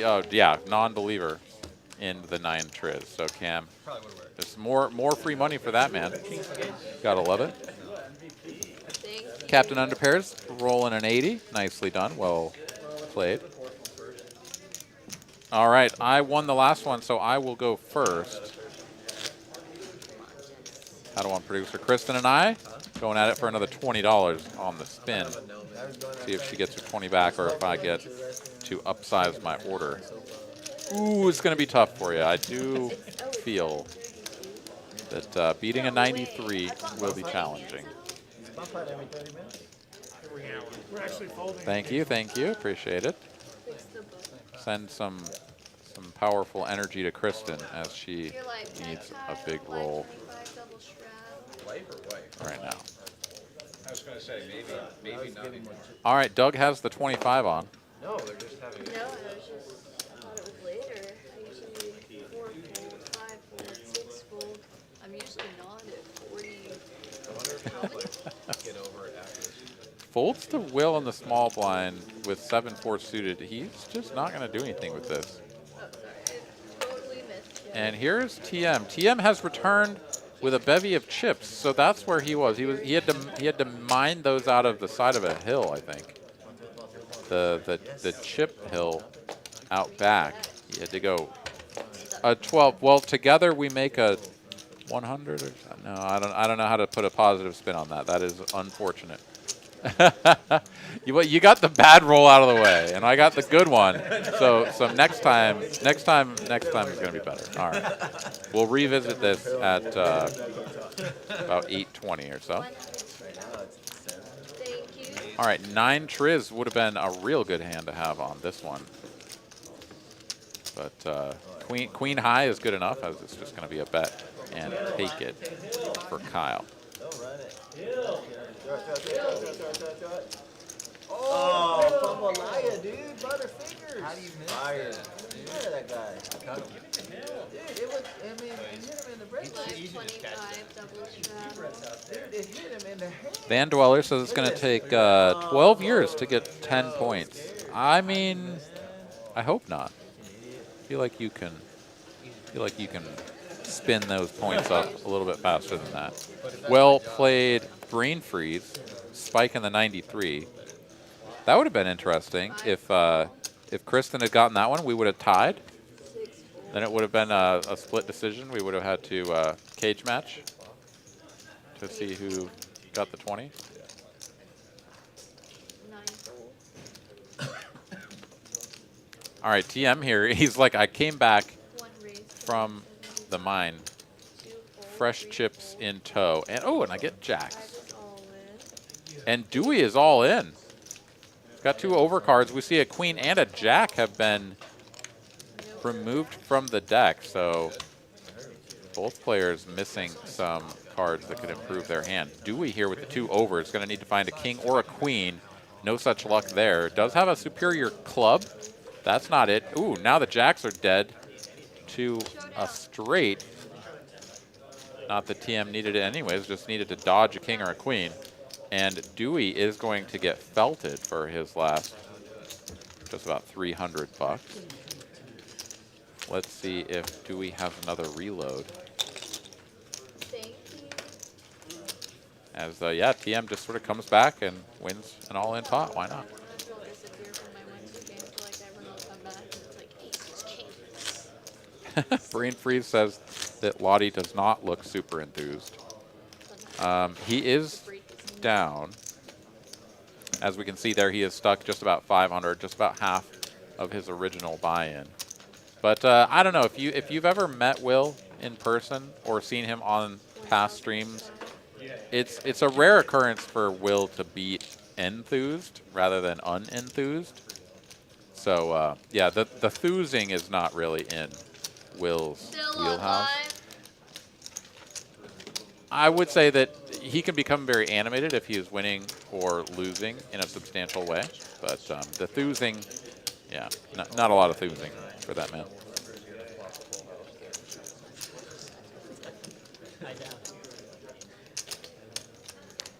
Tough break there, Chuck. Unfortunate.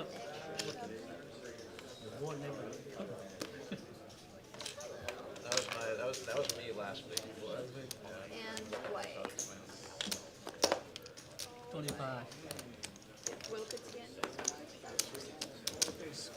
That's a lie, 25? All right, unclear what's going on. Okay, we've got a rebuy from Dewey. Rebuy for, says 1K. Does he have 1K over there? 9 fold. I guess it's just a fistful of black chips. So 1K for Dewey. He is going to raise to 25, not straddle to 25. Not exactly clear, but raise to 25. Okay, TM. He's like, I already beat you in the last pot. Let's see if I can do it again with the 7-6 offsuit. King in the window. Jack and a 6 behind it. TM does flop a pair, but it is no good. Another king here, and this could actually be dangerous, as I'm not quite clear. It's not quite clear to me why Dewey is checking. But TM is indeed going to do the betting. It's his bottom pair, and the king's on board. Dewey's sort of playing this one a little bit tricky trappy. 4 of hearts on the end completes the front door heart flush draw. And yeah, Dewey's just going to check and, oh, TM is betting. He's turned his 6 into a bluff. I'm not sure a jack can ever fold, though. So I don't fully understand. Oh, good Lord. Did he get it through? Dewey has turned his hand over and is shaking his head. He's folded the ace jack. Okay, how much longer to the bump line? TM turned the 6 into a bluff He's gonna tap at 755. and gets ace jack to fold. My goodness. No, it just allows me to go to the Dewey here perhaps seeing ghosts. He has back with some. sort of taken some beats and gotten stacked a few times, so I think Dewey is maybe just feeling a little bit gun shy. That can happen, right? You feel like you're running bad, and you get a bad river card, and your opponent bets pot, and you're just like, oh, you have it again. Like, got a really good hand, but if I call, I'm just gonna lose. And we've all been there, but can't go folding hands as good as ace jack. If you fold that, you're pretty much folding everything, and it's just you're gonna get bluffed. I mean, that's just tough. And like, especially when you're checking too, right? Like top card pairs on the turn, making your hand just like that much stronger, and you check instead of bet to build the pot. So you're effectively trapping and under repping your hand, and then your opponent does bet, and you call, like, and then check the river. Like, oh man, like you're giving him all the rope in the world to hang himself with a bluff, and he did. I mean, he turned a 6 into a bluff. If he's going to bluff with a 6, just imagine all the other hands that he's going to show up with there. That he's going to be bluffing. Just a ton. Good Lord, he's turning pairs into a bluff. He's bluffing everything. Definitely can't be folding ace jack. All right, here we go to the flop between these two players. Both players flopping 2 pair. Corey with the superior kicker. And he makes it 160 to go. This pot has ballooned already, as there was a lot of action pre-flop. 800 in the middle now. Queen on the turn. Corey makes top 2. Doug checks it over. Corey could play this one a little bit trappy and check back if he wants to, but with the front door spades out there, I don't think you should. You just don't want to make this bet too large, because if your opponent does have a 5 or just somehow has a better hand, like betting really big and then having, well, I mean, Doug's only got a stacked pot ratio of 2 anyways. Wait, that can't be true. No, Doug has more than that, right? He's got, it looks like 3 pink chips out in front and a full barrel of green. I think Doug added on and it didn't get into the system. Corey is going to go for a, look like 450, 650. Okay, so still a pretty chunky bet. Basically announcing to Doug, like, if you want to go all in, I'm going to call you. Doug, though, says this 10 can be no good. Or if the 10 is good, perhaps the 9 is not, as it is only a figment of my imagination at this point, playing the queen on board. Does chop with the other 10s of the world that are not higher than a queen. But yeah, I think things have gotten a little bit out of control for 10-9. You guys are on my left side. I like yellow.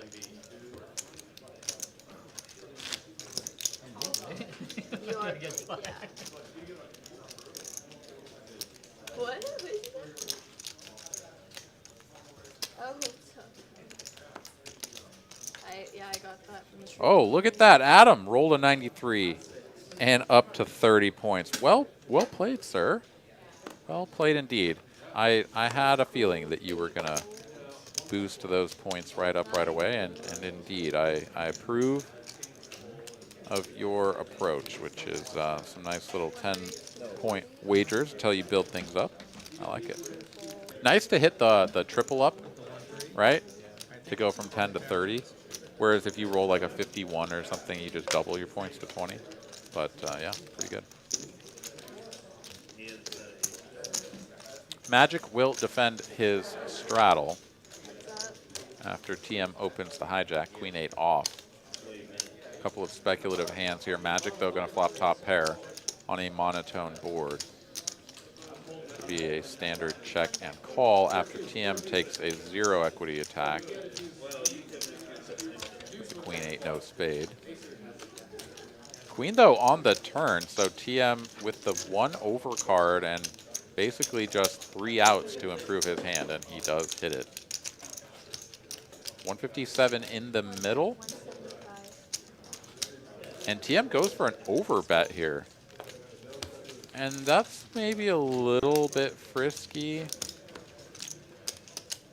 I mean, it's not, it can never be bad.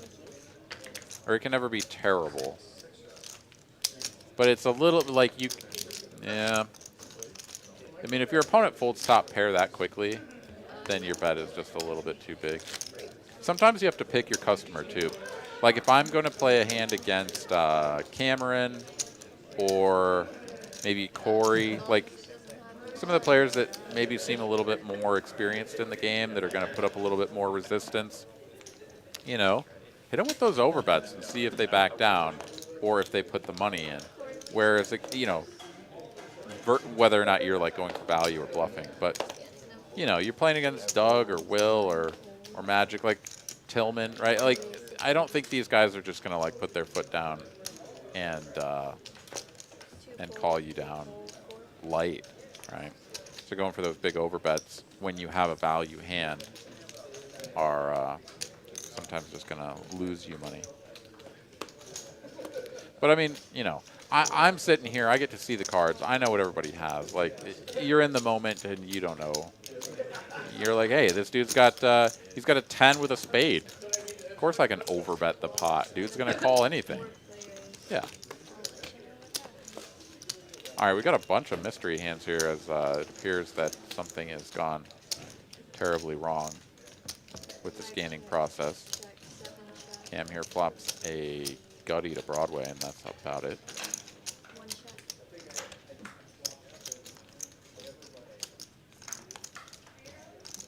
Hey, it's Cam. He gets there. Unless somebody has clubs, Cam has the nuts. Checks all the way through, though. Board pairing Jack, and I still don't imagine that anybody can have a better hand. And yeah, Cam will go for the tiniest of value at this point. He's like, I mean, maybe someone will call me with a queen or a king. If I bet 25. I think I would have preferred that Cam sort of maybe think about it a little bit longer and then bet like 60. Something that's like maybe a bluffable amount, but I mean, he gets paid anyways. Like Dewey makes the call. Dewey turns over the deuce of diamonds as though that were somehow the relevant card, but oh, it's Jack deuce of diamonds. Okay. Yes, and that's the thing, right? Like betting 25, like, I don't know. I mean, you're probably not getting called by a queen or a 10 even. Maybe a queen, but like, I don't know. There just aren't many kings out there. I don't know. What do I know? If your opponent ever has a jack, though, you can get more money. And every time you make it look like more bluffy, quote unquote, more bluffy, you can sometimes inspire a call where someone wouldn't normally, right? Like, I'm sitting there with like a queen 5 suited or something, and he bets 25. I'm gonna look at that and be like, what are the chances? Like, I'm maybe a chop. All right, maybe I put in the 25. But if it's 60, I don't know. Maybe I just fold. I don't know. Just rambling over here at this point. Baba Yaga here says TM is a frisky guy who knows what's up. A well-rounded player. It's not 2D, it's 4D. potentially speaking about chess. And 68. yeah, no, TM gets after it. I have played with this man in both tournament and cash, and he does not back down. That much is very clear. Loves to see flops, will see flops with very speculative holdings, including perhaps hands such as Queen 6 off. He may just, however, be lining up a chunky 3-bet here to try to send Cameron into the tank about how to proceed. He has amassed quite the wager here in his mitts. And then does he just go for the call? Then he just goes for the call. Oh, I don't know about that. That sort of announces weakness. Yeah, I'm going to 3-bet you. I'm going to 3-bet you big. And, oh, I'll just call. That's like always some sort of middling hand, which this is actually a pretty good board for like the middling hand to have connected with. Cam is like, I don't know. Let's just see what happens when I check. TM checks behind. 4 of spades now on the turn. Changes nothing. Yeah, Cam still just sort of like hoping to get to showdown. But TM, I think he kind of missed his opportunity to rep something. He's going to start here on the turn to the tune of 250. I mean, Cam can certainly still fold, but like, I think TM is betting all of his value on the flop. Pocket 5s, pocket 3s, like these hands are betting the flop. A 10, a 7, like I guess you could check back a 7. Like 8-7 or something. You're just like, this dude raised and now he's checking. Like, yeah, I can give him a free card. As it stands, though, TM is going to pick up a pair of 6s, and good lord, is he putting together a big-ass bet? 850 in the middle, and he is going to bet over pot with a 6. This is some next-level shit. 910 here from TM with the 6. I have no idea what he's targeting.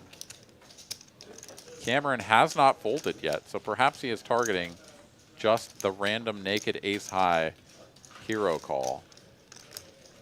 And I mean, good lord, if he gets Cameron to call this bet, hats off to him. My screen is frozen. I have no idea what's going on. Okay, yeah, he just goes a little bit too big here, and the ace-high is an easy enough fold here for Cam. Yeah, I mean, so he's basically saying that he has a 7, and Cam is kind of at the point where he's like, I mean, I guess I just have to believe you. Like, if I call down to ace-8, although I suppose maybe ace-8 is a better calling hand, like ace-8 and ace-9 where you sort of block the 8-9s of the world, is perhaps a better hero call than ace-king, for example. But, yeah, I mean, I don't know. That one's, you just made it a little bit too pricey. Too pricey to get called. Too pricey to get paid.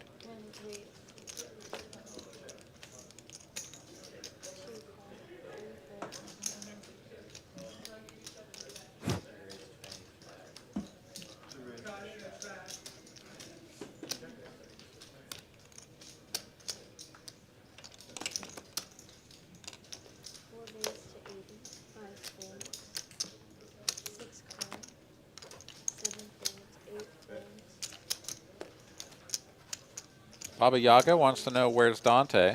Says he's amazing. He is amazing. He was lurking in the chat earlier, but Dante from time to time will do the stream on Mondays at the usual 2-5.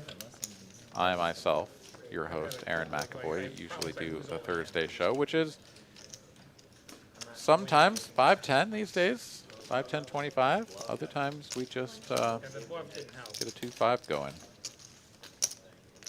Depends on the week. 3 players to this flop, king high. Literally everyone misses. Corey has the best hand with the 9 kicker currently playing.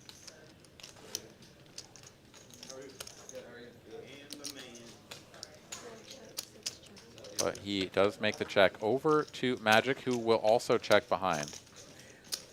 3 of hearts on the turn improves no one. And I suspect, yeah, after checking through on the flop, we may just have another check through.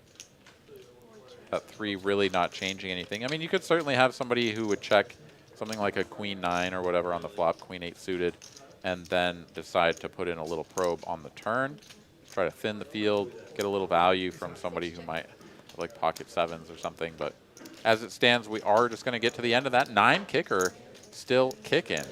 So Magic's ace-6, no good. And Corey will drag the pot, earning himself a tidy little $200 there with ace-high.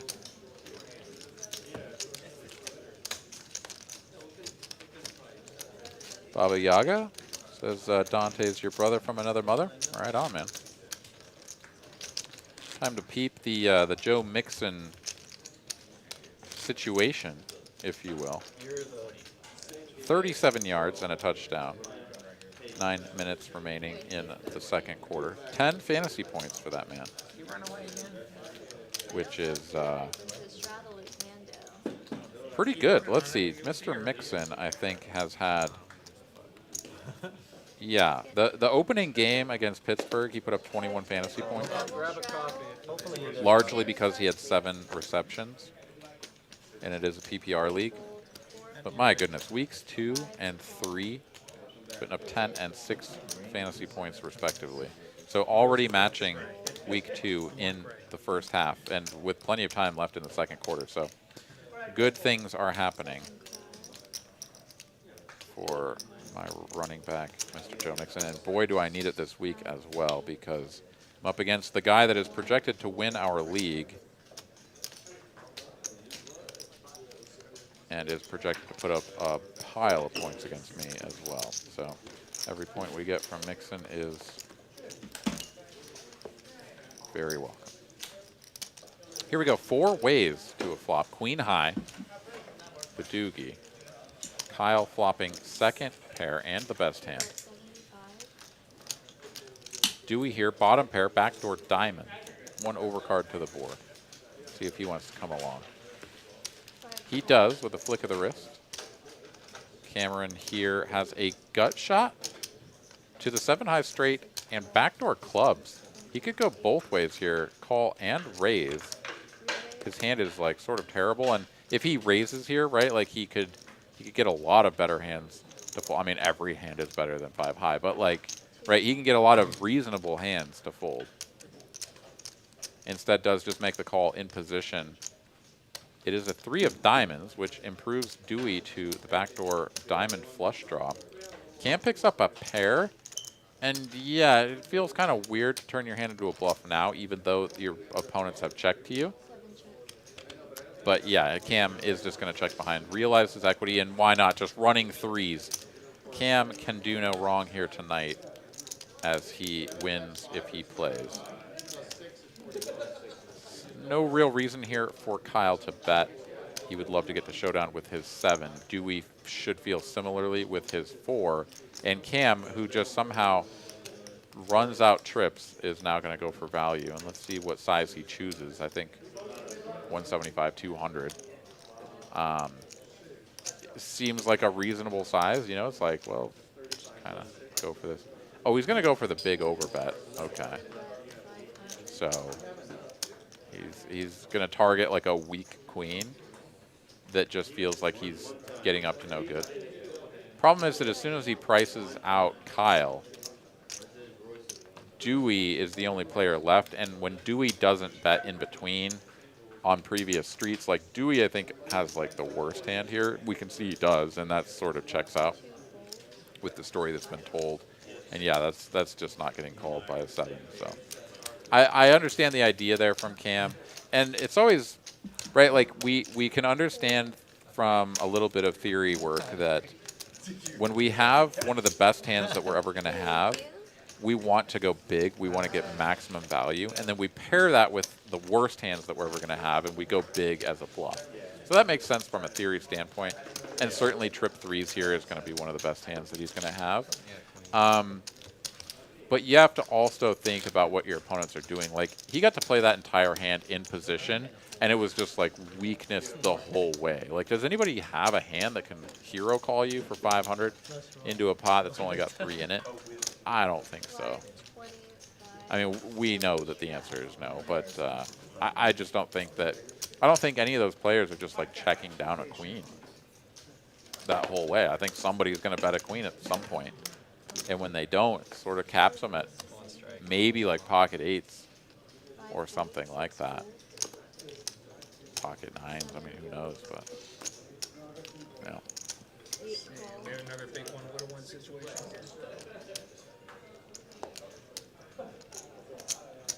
9 fold. 1 fold. All right, Corey here raising it up. A couple of 7s. Tillman makes the call, Like king card, wheel card. and those 2 players are going to go heads up to a flop.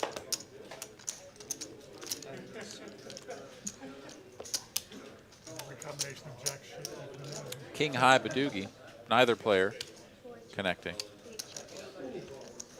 Tillman quickly checks behind. And we get a 4 of clubs on the turn. Completes the full 4-card Badoogie. Corey and Tillman both check. Free river card. And it's another king. Corey should feel pretty good about his hand, and at this point he could actually attack a 6, a 4, an even smaller pair like 5s, 3s, 2s. 8 call. He does bet 35, and Tillman will call with the ace high, so picks the right size to get paid even by ace high, I was like, seven and takes down the pot. Well played. You just had 2 of them.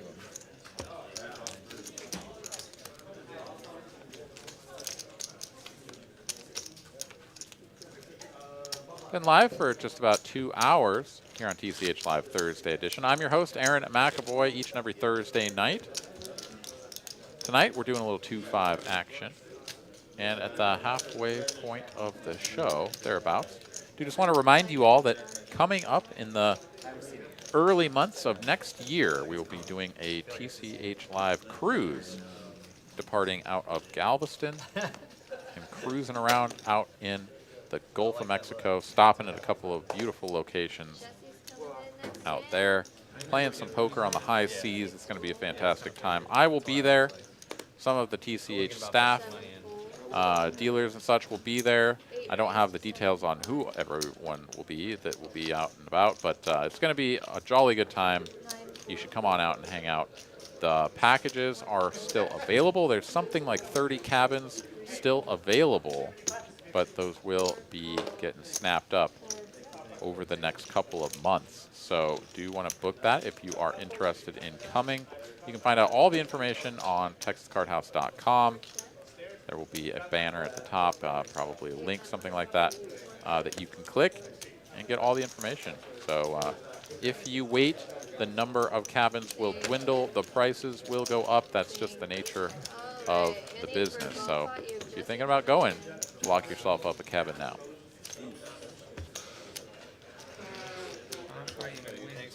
Thank you guys. Good luck. All right, that's going to do it for Miss Carly. She is going to hop out of the box. Get a $10 PLO bomb pot coming at you from Jesse, hopping into the box. We're going to try pre-routing Jesse. There we go. Magic here going to give Jesse a little bribe to start things off. Here, buddy. Have $10. Jesse says, don't mind if I do.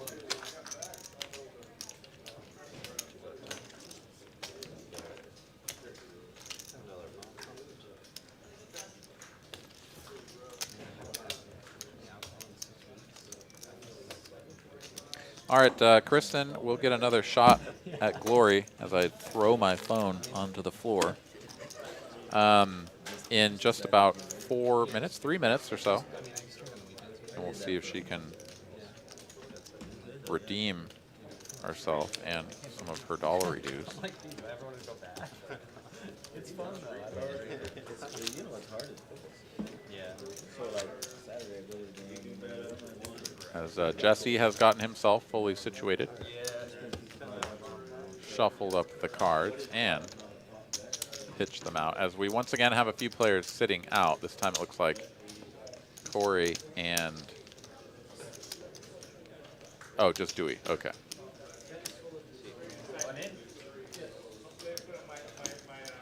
Am I just butchering that or? No, Dewey's name. No. Okay. All right. I thought I heard you pronounce it differently, and I was like, do you know how to pronounce that? I'm just saying Dewey, so yeah.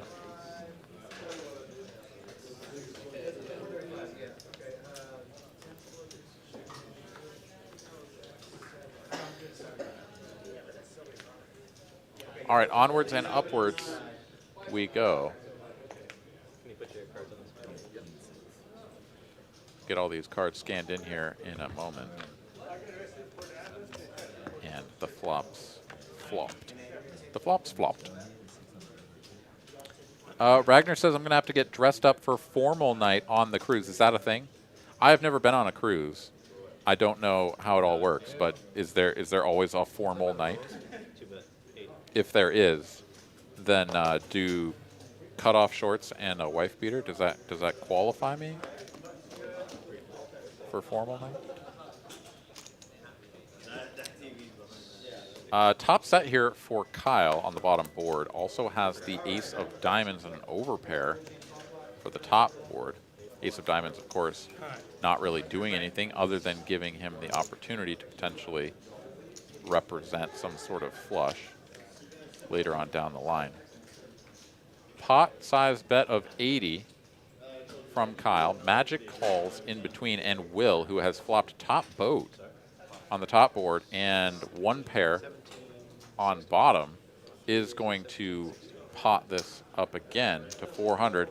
Kyle is going to blast all of his chips in and just sort of get everyone else out of the way. I mean, that's not necessarily like the worst idea in the world, but you're only on one board. I mean, the same could be said for Will, but he is like fully nutted, right? Like, unless somebody just has like pocket sevens, like he is almost always going to win that board. Whereas Kyle can definitely get outdrawn, right? Like you can imagine a world within which like 7 queen 10 is ace 7 queen 10 or something with like queen 10 of diamonds is like, hell yeah, let's go. Flush draw on both boards, blah blah blah, and then it's like, oh god, did I want to get all the chips in here with just a set on one board? Doesn't really matter. I mean, he still gets half the pot and we chop it all up, but always interesting to see how people play these bomb pots, that's for sure. I mean, there's always something to be learned. I mean, in fact, I'm probably too passive in spots. Like, perhaps that's the better play because it's like, wait, let's get the rest of the field out of here. Maybe the bastard, the poor bastard that's out there with the diamonds, that is just like all of his outs are gone. You know, if we can just price him out of there, then the two made hands just get to duke it out and chop it up. So that's certainly a reasonable approach as well.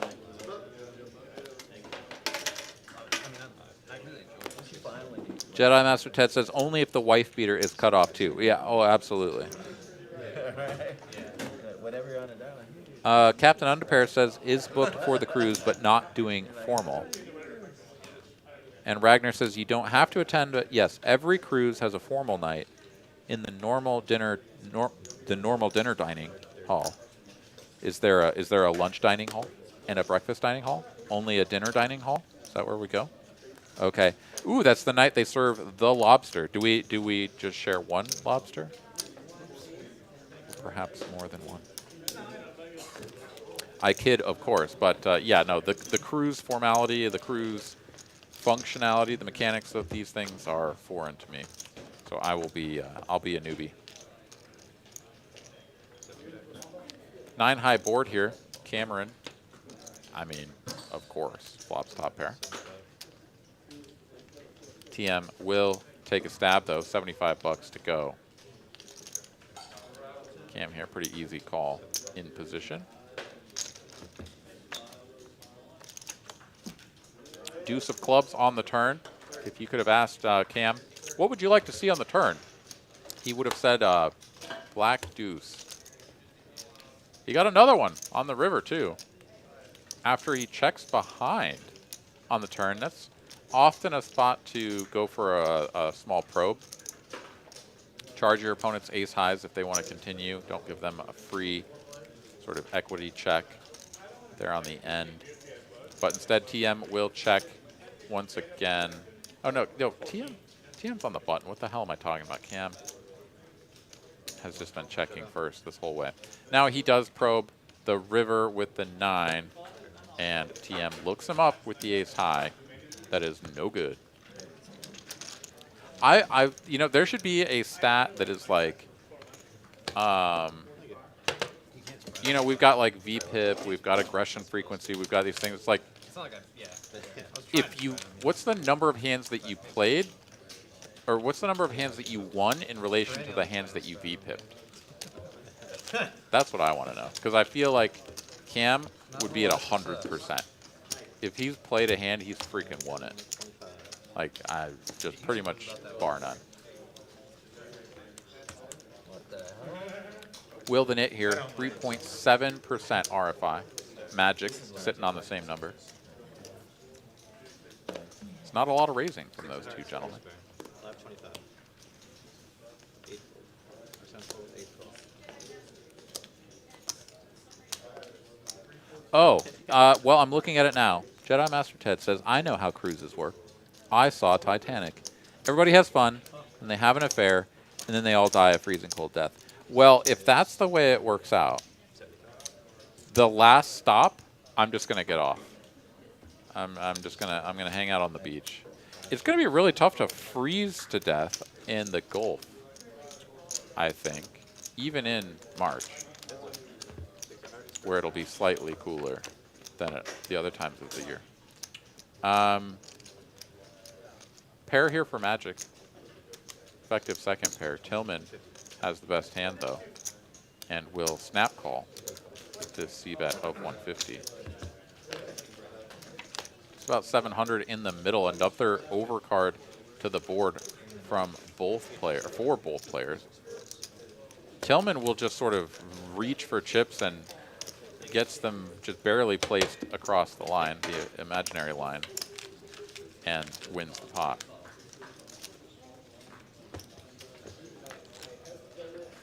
Do that again. I had a 6. Adam, yeah, rolled a 93 once again. Nice, dude. Oh, you would. Oh, you know. I had a Just 6. keep on building. That was not a good flop anyway, so. Oh, indeed I am. All right, I go first since I won the last one. Let's do this. Gamble engaged.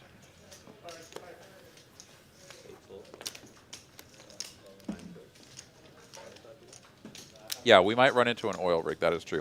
All right, this is your chance, your one opportunity, Kristen. I rolled a 22. Eagerly awaiting 2 cards that look like each other sufficiently. Oh my God! Padawan producer Kristen is running bad. I finally got the bad roll that she needed, and she one-upped me with a 14. Oof. All right, raise to 75 here from Kyle. Suited Queen 5. Magic will defend with a suited queen of his own. So Queen 9 of spades against Queen 5 of hearts. Here we go. Heads up to a flop. Excuse me, my goodness. Neither player connecting. That one came from the depths. Jedi Master Ted says, I'm pretty sure everyone's getting off at the last stop. I didn't mean the last stop, bro. I meant the one previous to the final stop. Obviously, the last stop is back in Galveston when everybody goes back for their cars. But if the whole story ends with people dying a freezing cold death, that's what I want to avoid. But yeah, I am very curious about all of this. Ragnar here says there's a buffet open most hours, but you're assigned a specific dinner time and table in the dining hall where they serve better food each night. So like Okay, so they basically have like a trough that they're just like shovel, you know, like granola into, and then people can come by and eat that at their leisure. And then if you want real food like craft singles and bologna, then you show up at your assigned time. Okay. Sounds lovely. Really looking forward to this. All right, raised to 30 by Kyle. Re-raise from Corey, 9-7 suited, love it, on the button. Tillman here is going to make the cold call out of the straddle, and back over to Kyle here, and no, he's going to fold? I mean, that's a slam dunk call if I've ever seen one, but he's going to just let this go. I mean, King Jack suited is just such a beautiful hand. Yeah, you might be dominated, but pretty good flop here for Corey as the 3-better.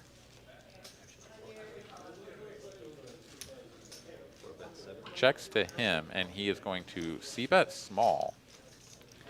10 high disconnected board. Or not super disconnected, but I mean, it doesn't really matter. He's just going to win this, but I think if Corey has like pocket aces, is he going to bet this little tiny bet? Maybe. Maybe.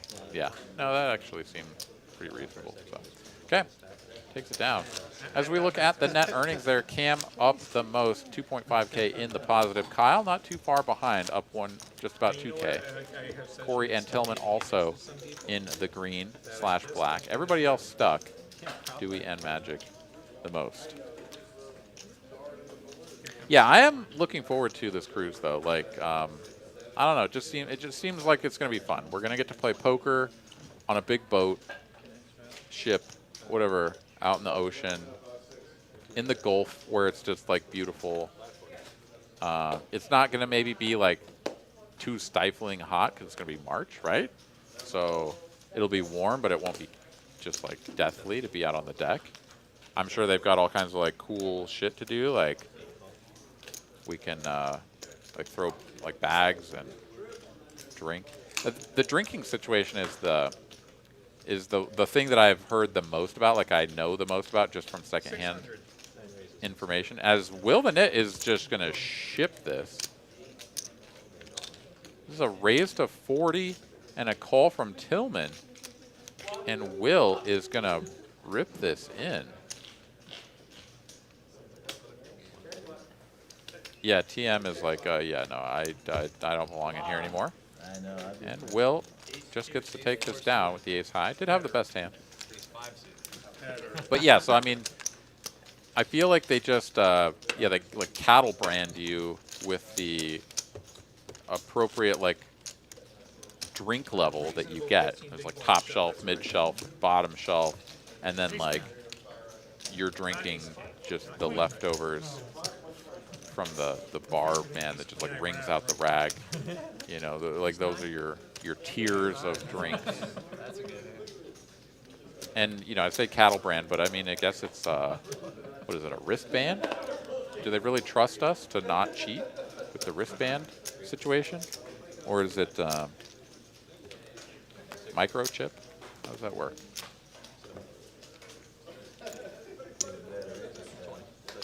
Maybe they give you like an ID, like a particular color, like you're orange, you are worthy of a Tito's rather than McCormick's.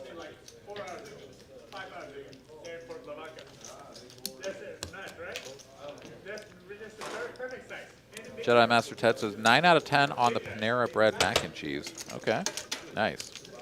Ragnar says shuffleboard with lots of exclamation points. I would love to play some shuffleboard, absolutely.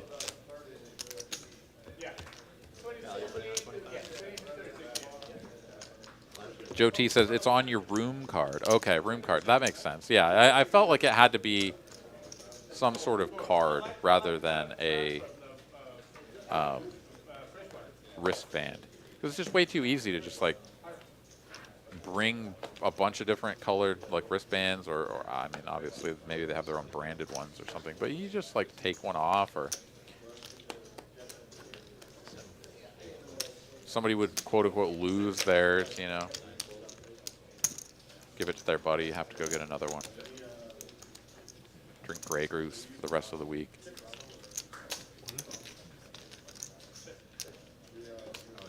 Joe T, the card will say, yeah, okay, cool, cool. Cool, it's on the card. Nice, got it.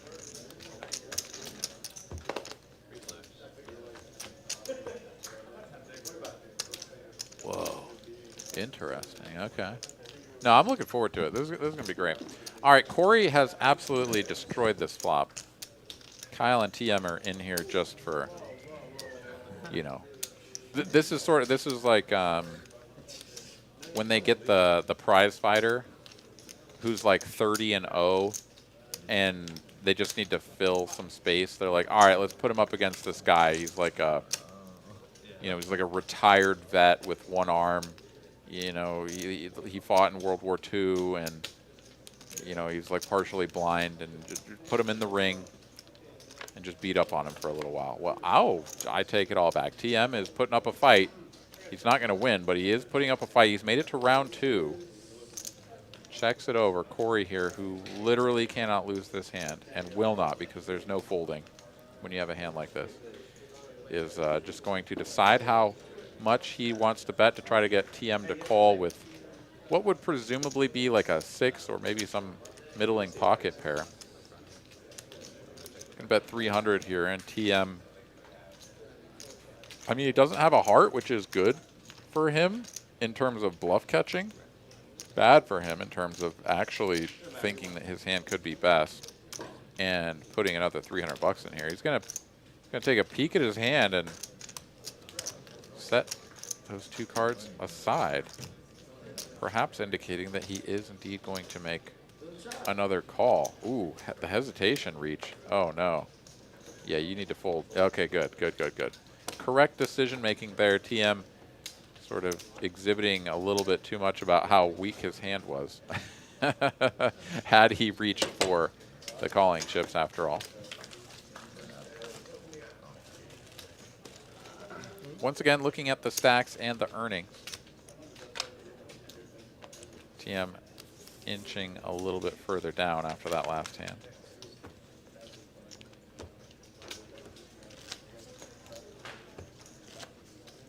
So, I mean, well, here's the thing.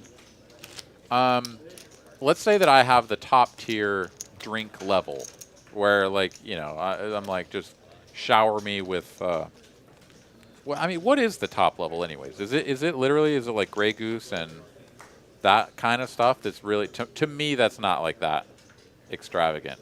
Or is the top level like King Louis and, I mean, just like really off the charts? Yeah. Let me know in the chat. Because I'm curious, right? Like, it would seem to me that if you went with a group of people, also let me know in the chat, because this is something that I am unclear on. Do you have to like bring your glass back to get another one? Is there some method by which they limit how much you consume? Because I'm wondering if like I go with like 3 of my buddies and they all get the base level, like they're drinking swill, and I get the top level one, and then I just go up there and I'm like, I would love a, you know, give me whatever, just some super expensive stuff, and give it to me neat. I'm just gonna shoot it. I walk around the corner, I pour it into my buddy's glass, and I walk back and act like I just shot it, and I get another one, and then I walk around the corner, I pour it into my buddy's glass. Right? Is there like a way to cheat the system?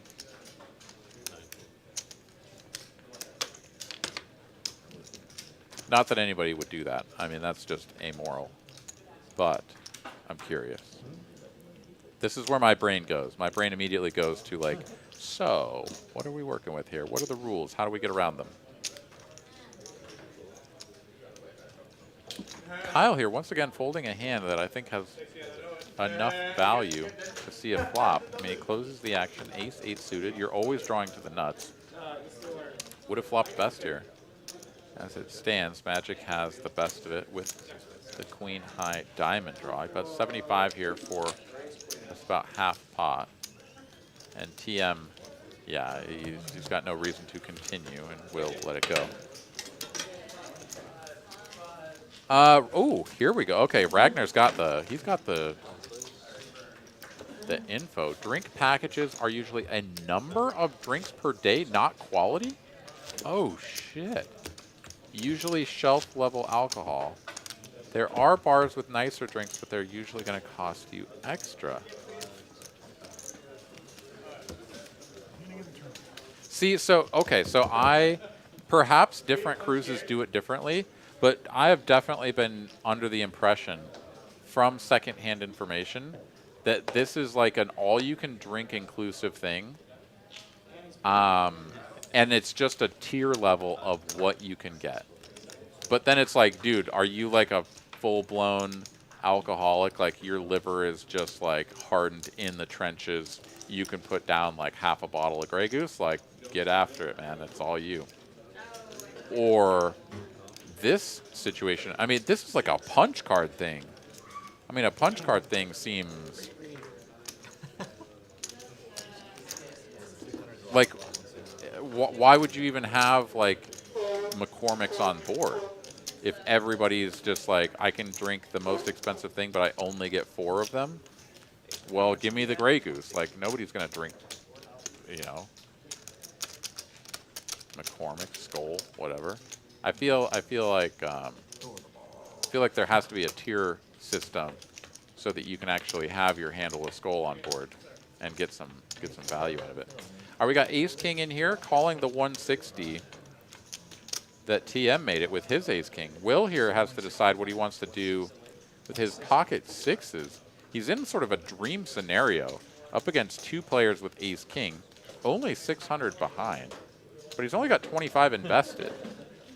One of those situations where he does close the action so he can set mine in position, but he's committing such a large percentage of his stack, he's just going to let it go, yeah.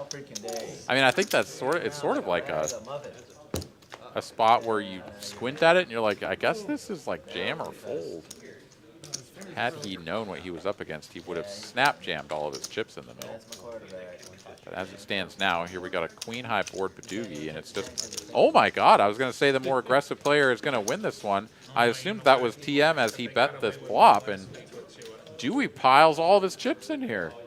And he is going to get TM to fold off of the chop unless TM does some quick math and says, shit, I'm getting 3-1, 4-1 on my money, and I don't know, I guess I can't fold, but he does let it go. Ace King, best Ace King, best pocket sixes. All right, love to see it.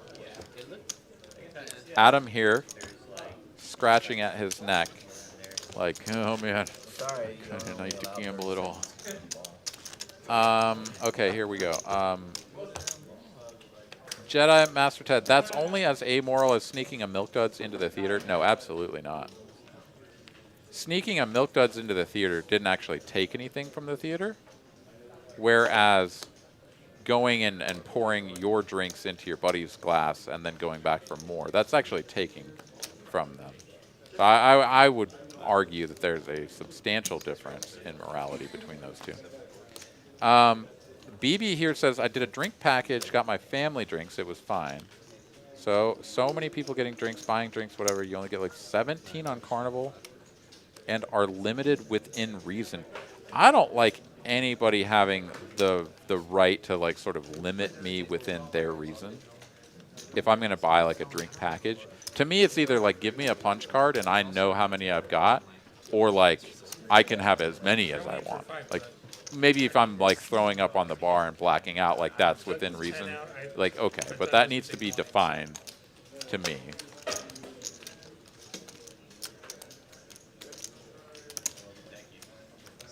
Poker Monkey says that he doesn't drink enough to get the package, have 1 cocktail before dinner, and then just pay for it.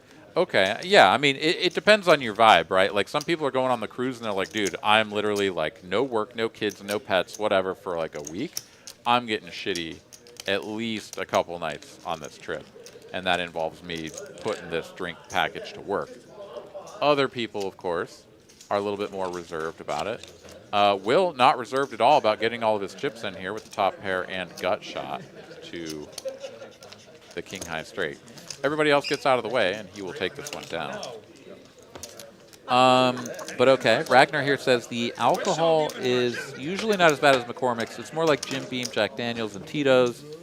but they will again have the bars with the fancy liquor, but it's a separate charge. So wait, so Not yet. I'm on my way. so you go to just your run-of-the-mill bar. Both of them. How are both of them like that? I guess I'm still just confused about whether or not it's a punch card system or if it's an unlimited all-you-can-drink. And perhaps that is just really a difference between the different carriers, cruise lines, whatever. That is, I knocked you out. That's a knockout. And I don't know. I'll have to look into this. Obviously, there's time to figure it all out. But I am quite intrigued now by this discussion that we've been having as to whether or not, I got knocked out in another game, and they said, no, it was bad. But you got you up. know, there will be some sort of upgrade situation that I will go for. Allegedly. Because, Lied, and now it's wait, now that is a question. So when, and maybe you guys know this, at least the people that already have booked your cabins, as part of the price that we pay to get the cabin or half cabin, whatever it is a base level of drinks included in that, or do we definitely have to, in addition to that, pick our drink level if we want it? Let me know in the chat.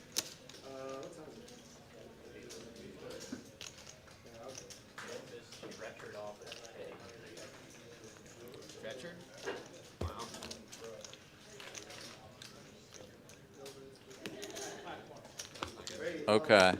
Yeah, no, I'm sure the website, yeah, for sure. For sure, I'm just sitting here with no knowledge and not going to just, like, go Google this right now because I'm trying to pay attention to poker at least a little bit. No drinks in the cabin price. Okay. All right. So there's certainly something that will have to be arranged outside of just getting yourself logged in to the cruise. Good to know. And yeah, I'll have to go check that out on the website. Thank you guys for the input. Thank you guys for engaging, for sure, and for indulging my noob self, as I have never been on a cruise. I'm very much looking forward to it. Well, here's a question. If you don't get this drink package, and let's say that you just want to, yeah, Poker Monkey, let's say you just want to pay for each drink. Are they sort of exorbitantly priced, or is it just kind of a normal bar price? Like I want a Tito's, just like a regular Tito's on the rocks or something. Is it going to be like $8, or is it going to be like $15? Yeah, he's not bad. Bob wants to know: are you going to drink or play poker? Yeah, like I'm like just super lush over here. Like, oh my God, how am I going to get wasted every night? No, I'm not like looking to just get trashed all the time. I'm very much going to play poker and have a good time, but, you know, as part of a cruise, and again, this being my first one, and my only knowledge being secondhand about the drink packages and such, I'm just trying to get information about it all.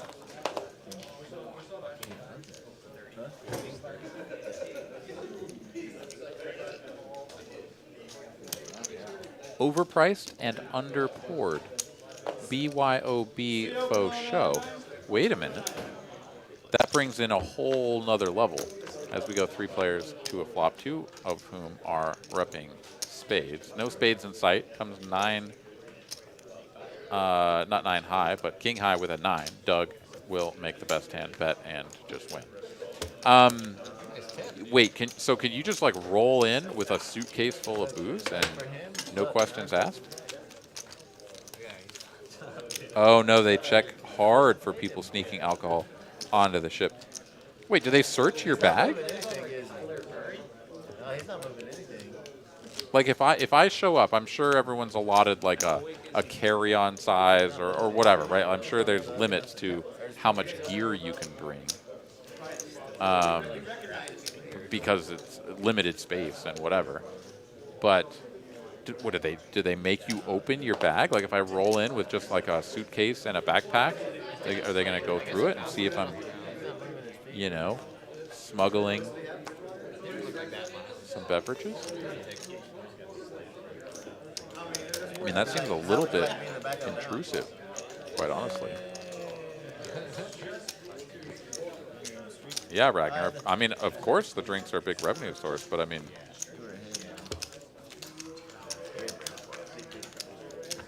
wild.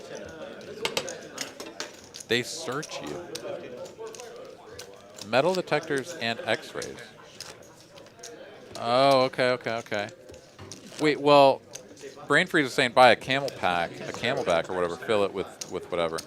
I mean, I guess if it's like an airline where they're like, sorry, no beverages, like you got to empty out your water bottles and all that. If they go full TSA on you, then it doesn't matter if you put it in a camelback or whatever, because like they're gonna be like, sorry, sir, it doesn't matter if that's water or whatever it is, like you got to pour it out, and then you're over there just like emptying this, like everybody just smells the vodka going down the drain as you pour out your camelback. That would be hilarious. Okay, you drop off the big suitcases before boarding and they deliver it. Okay, so that's sort of like airline style. And they x-ray them. Okay. Adam says tape a couple bottles to each leg. Yeah. No, there are definitely a couple of different ways to go about smuggling. But challenging to defeat the system if you want to bring any sort of serious quantities.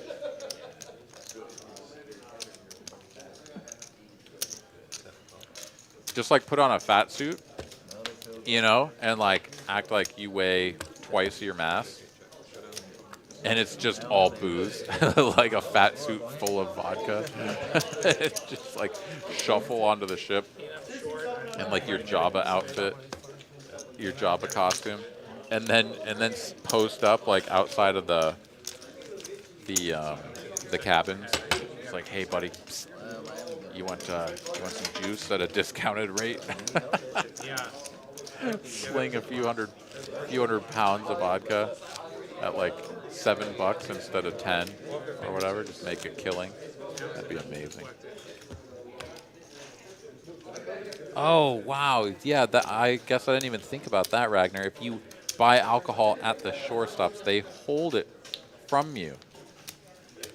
Oh man, so yeah, you buy like a really nice bottle of like Jamaican rum or something, and they're like, yeah, no, you can't actually have this. Yeah, that makes sense. Doug has flicked a pink chip out there and announced a raise to 75.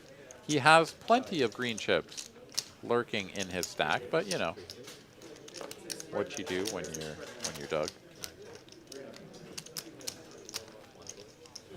They're my chips, and I'll do what I want with them. As he, oh no, after he got raised by Tillman, he does indeed put the 3 green chips out there and then fold. Tillman takes it down. He is king. Ragnar says you can definitely sneak some on if you're clever. Okay, all right. Yep. Wow. All right. Well, you learn something new every day. Thank you guys for sorting me out here. All right, 850. We gambled at what? 820. I think we're just about ready to gamble again. We'll give it another few minutes, maybe. Okay. So we can gamble again in the next few minutes. Folds over to Dewey, who is going to splash his $10 out there. 8-7 off. Magic will do the same. Game over. I told you. Once they knocked him out, teams deflated. You just lost your leader. Looks like they're looking at the television and perhaps talking about football. No. That game is definitely not over. Although the first half is. Joe Mixon up to 14 fantasy points in one league, and it looks like 13 in the other. Slightly different scoring as well.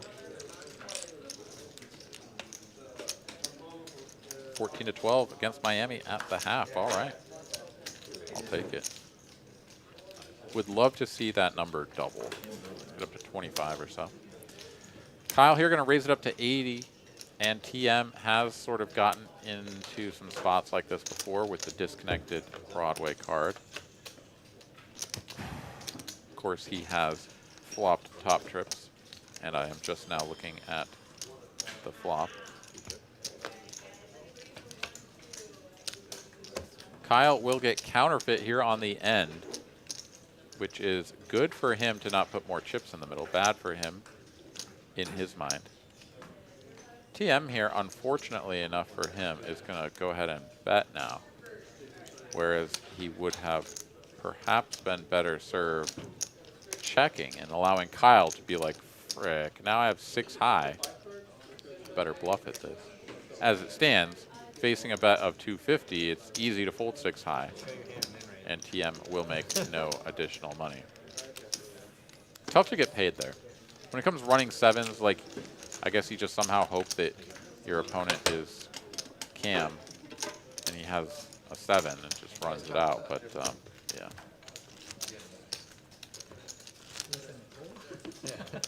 Skullbone, let me know that we can gamble at 8:55. Thanks, man.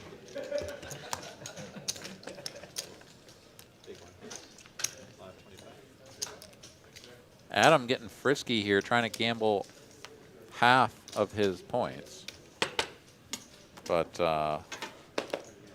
apparently rolling early and it not going through.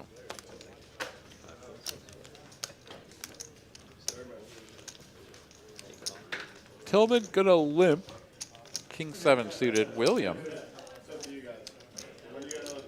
King Jack off. Yeah, he should be coming in for a squeeze, and he will. 1:15 to go. Like the size. TM, though, waking up with a couple of 10s here in the small blind. Let's see how he plays this. Looks like he's just going to call. Never mind, I take it back. Again, my screen just keeps freezing, so I see him reaching for chips, and then all of a sudden, Well, we're not there yet. after an indeterminate period of time, At some the point, he's going to turn to me and say, video continues. So 3 1/4, how much? and yeah, I mean, this is probably just too much for Will. I think Will's going to fold. Does let it go. TM will take it down.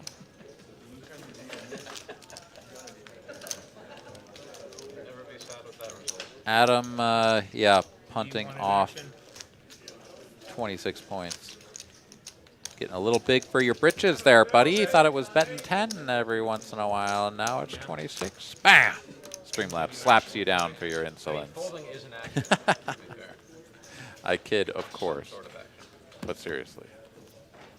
Gotta take it slow. Build them points up, and you can have a little fun. All right, Dewey here, gonna limp under the gun. Jack 10 off suit. Magic will go for the raise with the suited 1-gapper. And Cam, fresh back to his seat here with a hand that, yeah, he would do some things in a lot of other orientations. King 8 suited, gonna perform pretty well in a lot of dynamics, but when this is just like an open under the gun, or sorry, limp under the gun and then a raise from a relatively tight player, I mean, yeah, King 8, just let it go. Kyle will see a flop here with the King Jack suited after TM makes the call on the button, Ace 5 off. And here we go, 4 players to a flop. Bunch of different cards represented here. 10 high board. Interesting texture here for 3 of these players. Top pair for Dewey, flush draw for Magic, gut shot, and backdoor nut hearts for TM. So it's going to check all the way over to TM. He's going to fire 80 into this pot, which is a little under half, I should say, a little under half pot. Yeah, Dewey will make the call, and I think Magic just makes the call as well. 3 players to a turn. 9 of clubs gives Magic a pair to go with his flush draw. Checky over to TM once again, and TM is just going to keep the foot squarely on the gas. 280 now. Just about 3/4 pot. And Dewey's going to ship it. He's like, I got top pair still. I got a jack kicker, which kind of sucks, but I'm all in. And yeah, Magic is able to let his hand go pretty quick, and the Ace 5 quickly hits the muck as well. So it's a good attempt there, I'd say, from TM. Always tough to get bluffs through in multi-way pots. Like, If it's just like heads up, ace 5 with the ace of hearts, I love it. Great. You bet the flop, you get called, and you go for it because like your hand is shit. And while you might prefer that your opponent does have like the ace high flush draws, so that you can bet a reasonable amount on the turn and then sort of bet them out on the river if it misses, it's Doug is Doug doing Doug things. He's got a $2 small blind. He puts a pink chip out there. But multi-way, it's just so much more likely that someone is going to have a real hand.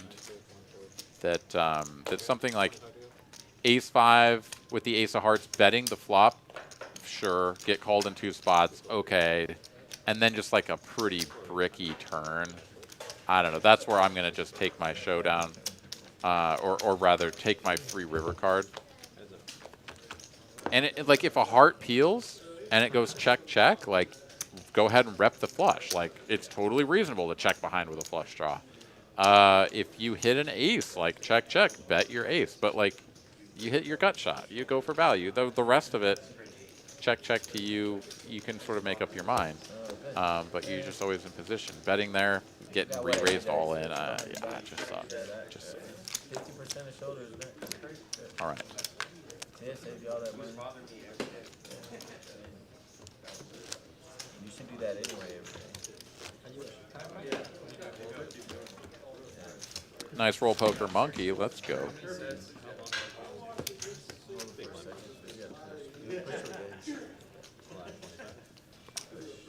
Doug, who was up some Taco Bell money earlier, has now found himself down 600.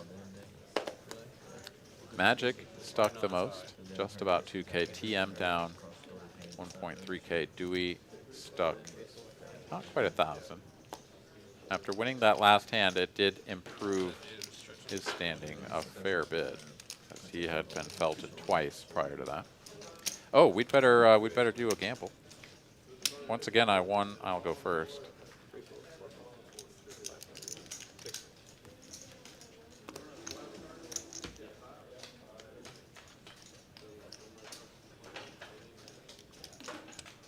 Here we go. Raise and a re-raise. Back over to Cam, and he is just going to let this go. Ace-10 of diamonds into the muck. Kyle here getting after this one, sort of recognizing that TM can have a whole bunch of different holdings. All right, got a 62, Miss Kristen, whenever you're ready.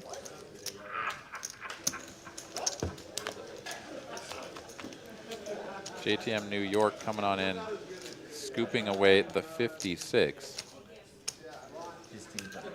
which would have been a losing roll for Kristen, so she will get another opportunity to improve.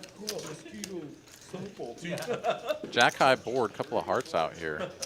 Looks pretty good for TM. Checks it over, and Kyle with a bet of 325. Quick call here from TM. Not much thought behind that one. Perhaps a little quick on the draw.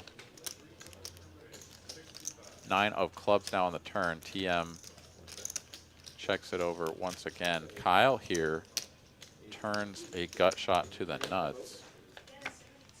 72 is good for Padawan producer Kristen. Gets bailed out by JTM New York, taking that 56 from her. So there you go, Kristen getting 20 of her dollar dues back, and we both won our rolls as well. So good for us.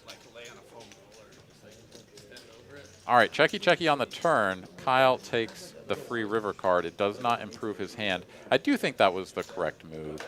It's a little bit tough there on these jack high boards when your opponent calls really quickly to get anything through on the turn bet. Yeah, your opponent can have pocket fives like every once in a while, and if you just bet again like another 2/3 sizing, you're just gonna take it down. But like king queen of spades, you didn't pick up a spade. It's kind of ugh. Just hope to hit a king, a queen, or a 10. You know. So I do like that. Now it's a bet of 990, just ever so slightly under 1,000 for about a full pot size bet. Kyle here seemingly contemplating a king high hero call. I don't imagine that that's happening very frequently. Doesn't want to let this go though for some reason. Does eventually settle on the fold, and TM will take that one down for about 1,000 in the pot before his last wager.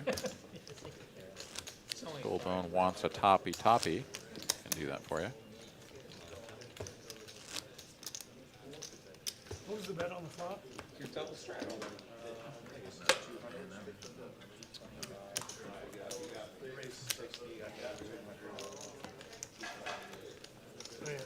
yeah.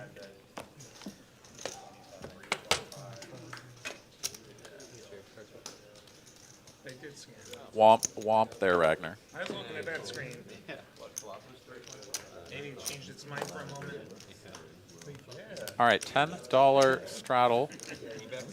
Will limping with 5x. Presumably that is pocket fives. You saying I'm tiny? Over to Doug, and yeah, he will go for a squeeze in the cutoff. King 10 of clubs makes it 55. That's again. Come on, man. And back over to Will, who What the hell? doesn't do a ton of limping anymore, but he is still prone to it apparently. Presumably, once again, this is pocket fives. Doesn't really make sense for this to be anything else. Queen high, a couple of clubs out here. Doug in a brilliant spot to flick a pink chip out there and announce a bet of, I guess, a 75, 25. Getting a lot of mileage out of this bet the pink chip and then pull it back and put the real valued chip out there. Will goes for the check call, so now I'm 100% convinced this is pocket five. Doug will once again Well, I appreciate you use the giving pink me chip the spike, but you gotta show the bluff. and bet 160. Will says you got to show the bluff, and Doug Once will again, oblige. You bluffed me again. You bluffed me again, he says, and indeed Doug did with the king high. I had fives. There we go, from the Yes, horse's I had mouth. fives again. Yes, I was ahead. No shit, Pocket I was five. ahead. I know how to read a board usually. I just want you to come in with a shirt that says, I love Lahti. I bluff Lahti. I love Lahti. Yeah, so, I'm gonna get a shirt that says Lahti bluffed me once. yeah, I mean, I felt like I had a good price to spike.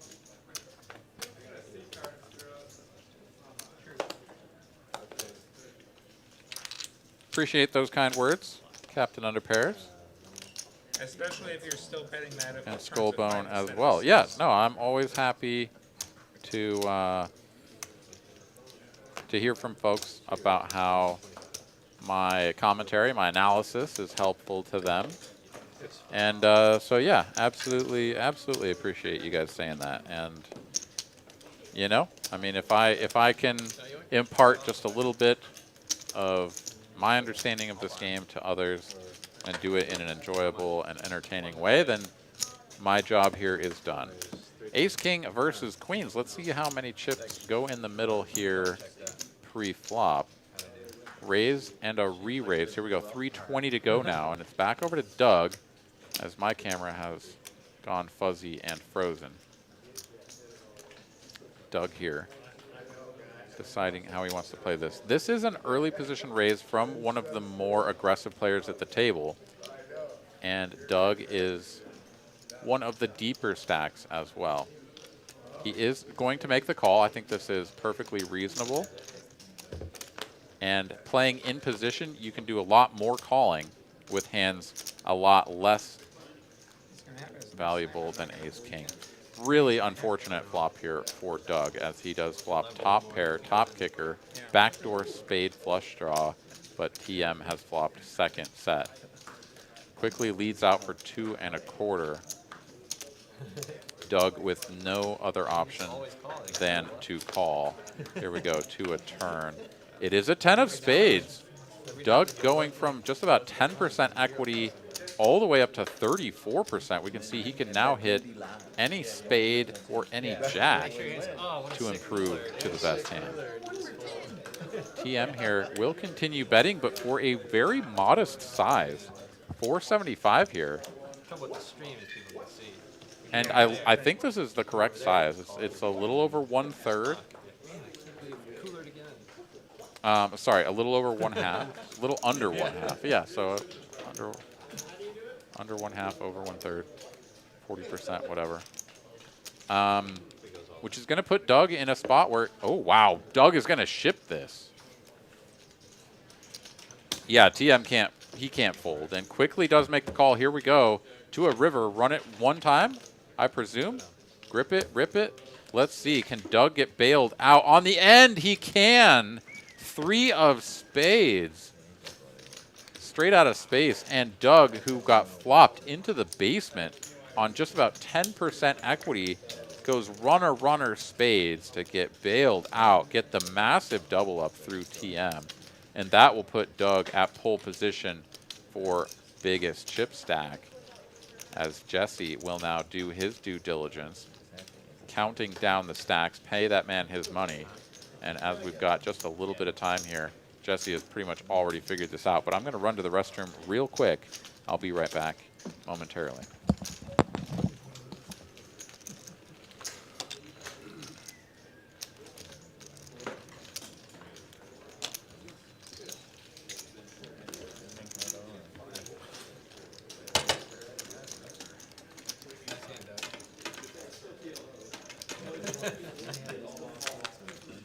No.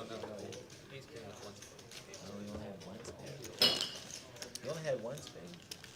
Yeah. That's right. The river just, Sticking around for a while after. Yeah. You see you bet. I see you ran it up a little bit. No, I was I had it kind of like. No, I had. Oh man! Well, the reason I ran it down, I flopped top set of kings, and the other dude hit a strike. But let's see, I got a good bomb pot with bottoms. I had bottom set and second nut flush draw on both. Flush draws both missed, Forgot my cards. but my boat came in with my set, and it was like a 5-way all in. So I had one of the bigger sets. You coming back? I might. Call. See how- I'll tell you how to do it. Yeah, that's cool that we got that 3 going again, but. Of course it's I bought it for 8. I ran it down to like under 3. So you still look at 8 or Jim? No, I never rebought. I ran it down to 3 and then got a double up. Got a double up ace king against ace queen. Very next hand. Okay, 2 is moving. I didn't get any double. It was 3 of us in the. All right, back just in time for this jack high flop. Very next hand. There are 5s for Doug. Puts him out in front. But all the overcards and a straight draw here for Magic Whether he can still count to 10. puts the equity distribution at fairly even across the board. Where I flopped a flush. It was just 10 high flush. I kept potting it. 45. But yeah, Kevin doubled me up twice. So Awesome. Have fun at your game. Good luck.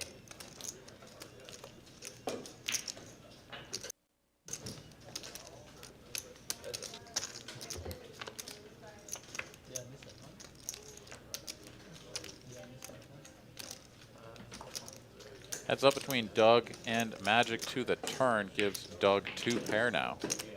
200 in the middle. Doug will once again use the pink chip to announce the wager of 120.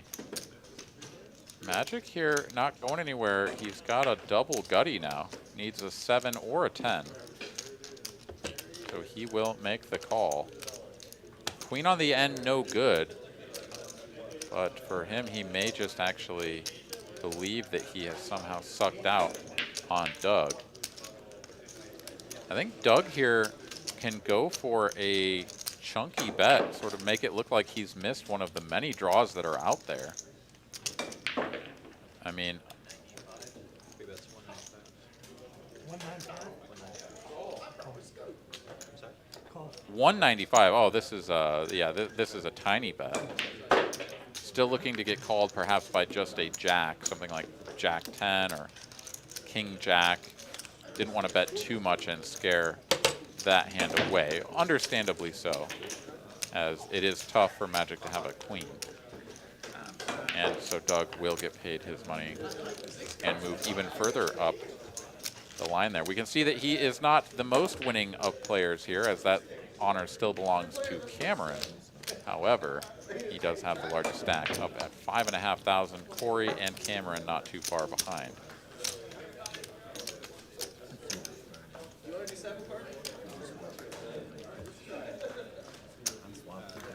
Hand number 81 coming at you.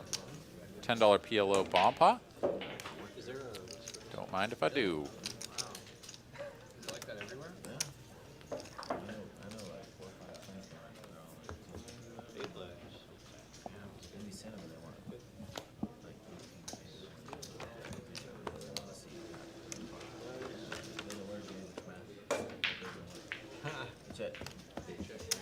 Eight players in on this one. Will has flopped Broadway on top and the King High Heart flush draw on bottom, along with a pair. Pretty reasonable holding here. Tillman checks it over. Will checking as well. TM gonna go ahead and take a stab at this with two pair and one pair. Interesting. Just 50, just a little tickle. I guess the pot was only 80 anyway, so, you know. Will here is going to repot. Oh my goodness. Okay, so Kyle makes the call with his own Broadway. Corey pots it with top two, a double gutty or a whatever you want to call that on top, and the nut heart draw. TM, is he still continuing? Oh, TM is all in. Oh, he did not reload after getting doubled up through by Doug. And he is just ready to play for it all with two pair, one pair. And he is drawing very slim. Will has gone all in, TM is all in, and Kyle now is sitting here. He's got the nuts on one board, but not a very inspiring redraw. He's got double backdoor spades and one pair on bottom.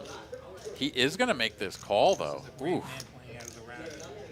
This is a big commitment with a hand as vulnerable as his. Corey is behind and already potted. What happens if Corey repots and just puts you all in? Now you've committed like $700. Sorry, $600, and you might just have to fold.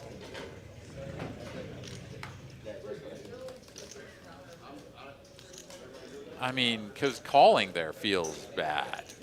I mean, he had 50 bucks out there. Kyle's 50 bucks out there. Nobody ever likes to fold the nuts. I get it. I absolutely get it. But nut straight on a board where like there's very obvious front door diamond draws and you have a pair of threes on the other board. There are times you can fold the nuts. This is one of them. Kyle does not fold the nuts. He makes the call. And here we go. Corey pots it. And this is the problem if you're Kyle. How do you possibly continue?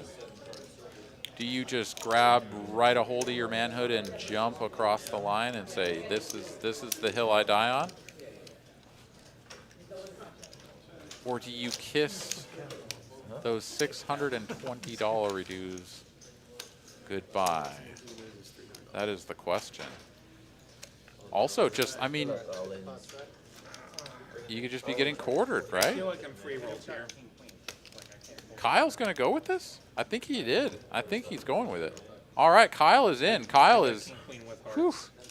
All right, he is looking to hold on top. I mean, he's in good shape. He basically needs to win against Corey to sort of like get his money back from Corey or whatever I'm trying to say. He needs to win the top against Corey to feel okay about how this hand has gone. 7, 8 down. What did you do?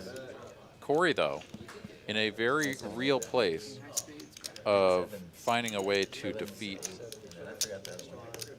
all of his opponents, or at least sort of quarter them or 1/6 of them, right? So Jesse is going to do some math here, get the different pots coordinated, as we had William and TM in here You got bottom right with now? fewer chips than the 2 remaining opponents. All right, here we go. We're now going to run this out and find out exactly how this goes.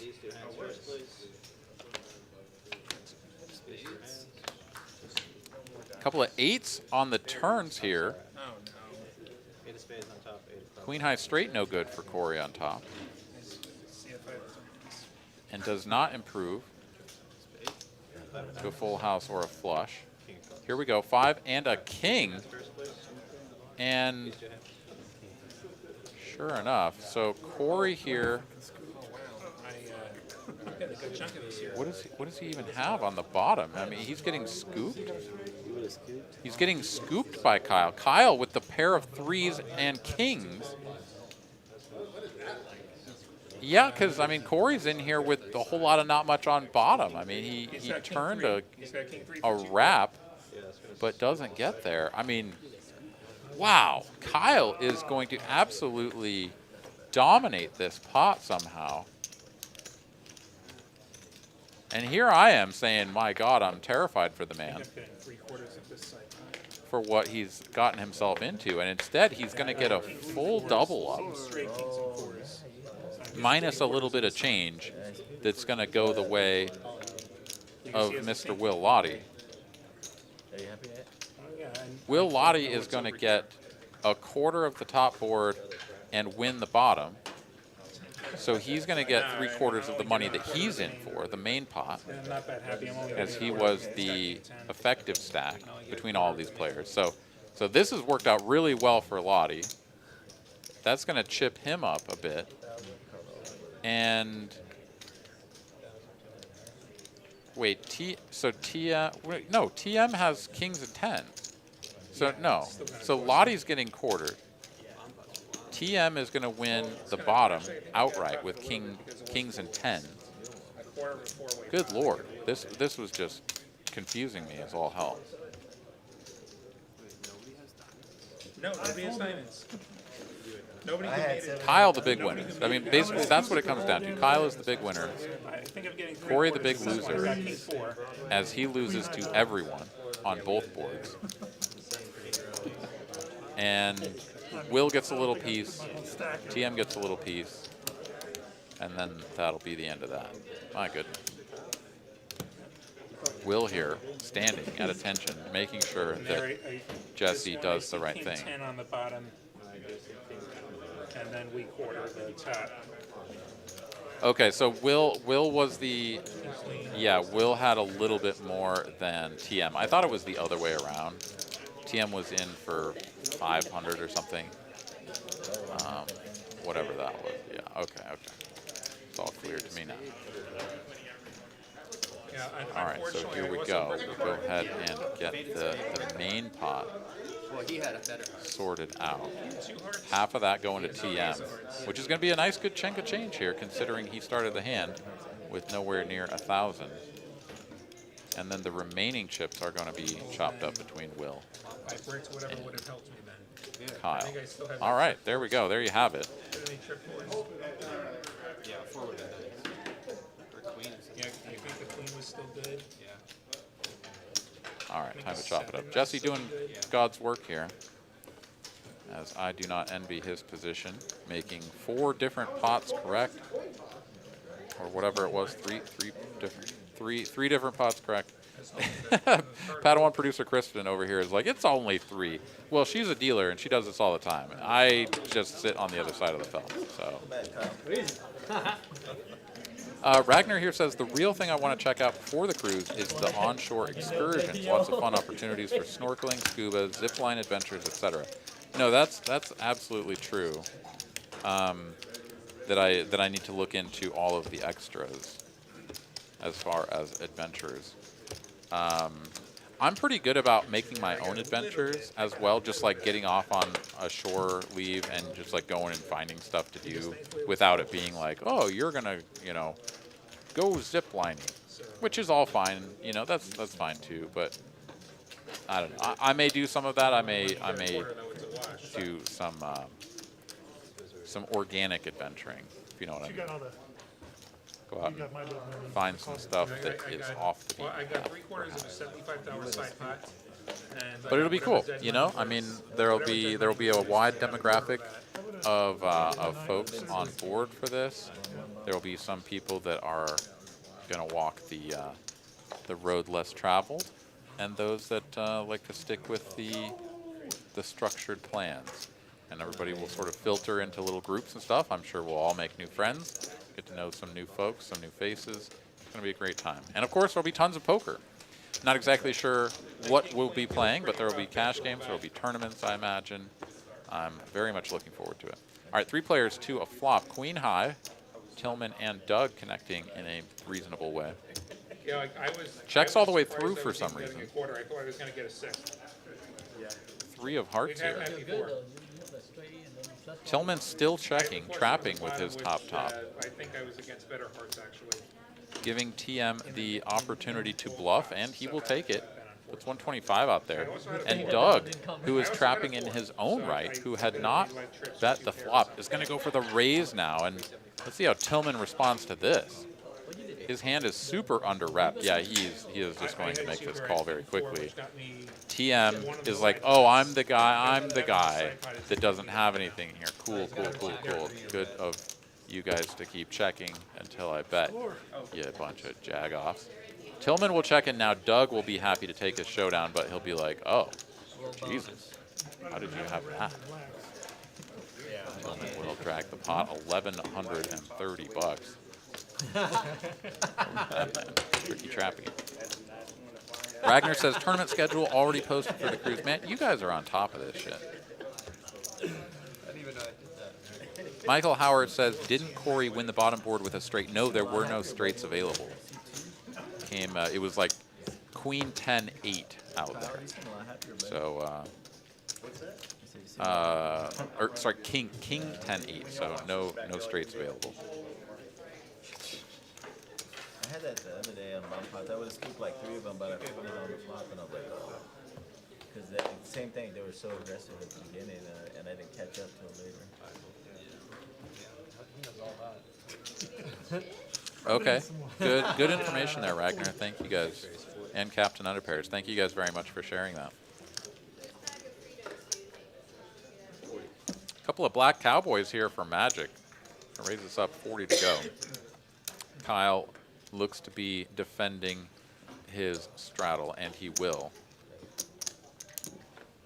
10-7 of diamonds. Pretty reasonable holdings. Here we go, heads up to a flop. Queen high, no diamonds. Kyle with no opportunities to improve.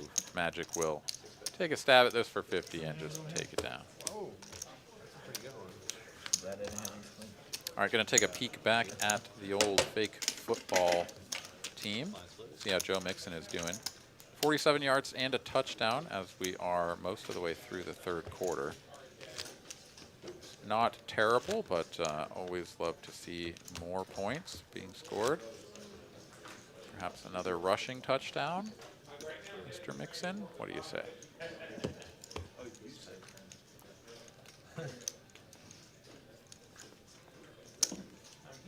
All right, if we want to get in 2 more gambles before the stream is up, Kristen, we'll have to be on our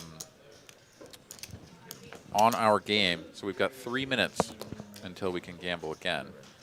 And we'll have to jump on that so that we can get 1 more in right at the very end of the broadcast. Dewey here going to limp for 10. Queen 9 offsuit. Yeah, I mean, depends on the game. Magic. Back-to-back hands. Had kings, now he has aces. He's going to bump this up to 50. Doug calls with 5s. Dewey calls with the Queen 9. And here we go. 3 players to a flop. 10 high Padugi. Gut shot here for Dewey. Matching the stack because effective fourth pair here for Doug. Yeah, not inspiring holdings. Doug is out of the way instantaneously to this $50 C bet, but Dewey is going to peel one off. That was another 7. Not a great card for Dewey. Pretty reasonable for Magic, but Magic checks behind, and that allows Dewey to pick up top pair here. Queen on the end. And Dewey's going to go for the thinnest of value. I mean, he's going to bet 1/5 pot. $55 here. I mean, I think you can go bigger than this. Like, your hand is pretty good. Yeah, he's going to get raised, and hats off to Magic for recognizing that this tiny little bet cannot be anything of particular import. Does make the raise, makes it 160. Dewey is like, chop it up? Question mark? Queens, 7s with the 10. No. Unfortunately, it is not to be, and Dewey will send a few chippies the way of his neighbor.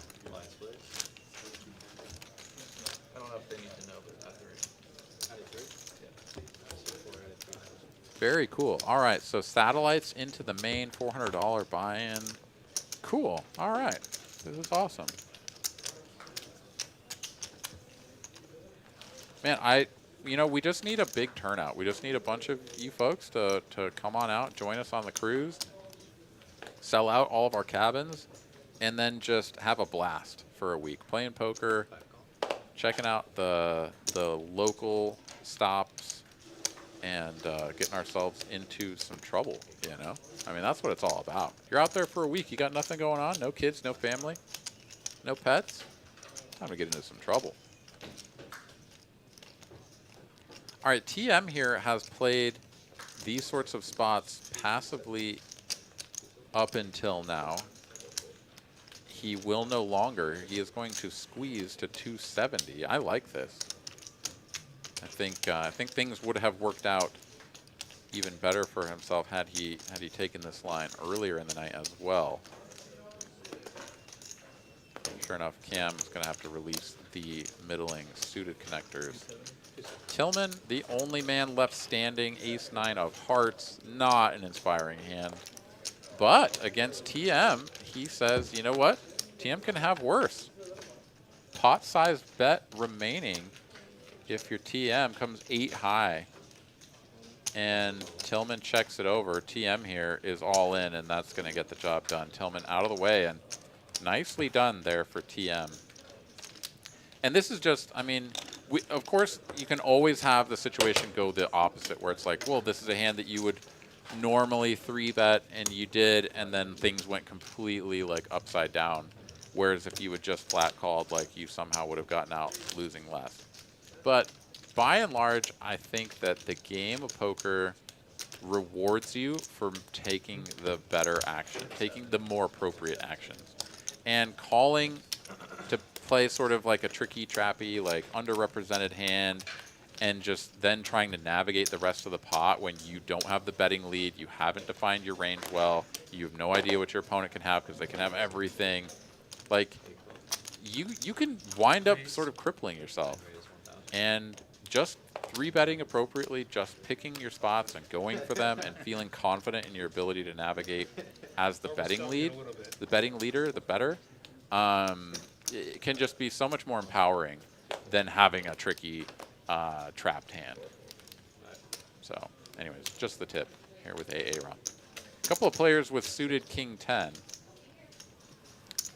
Over to Magic, ace queen off. He is going to call from the straddle.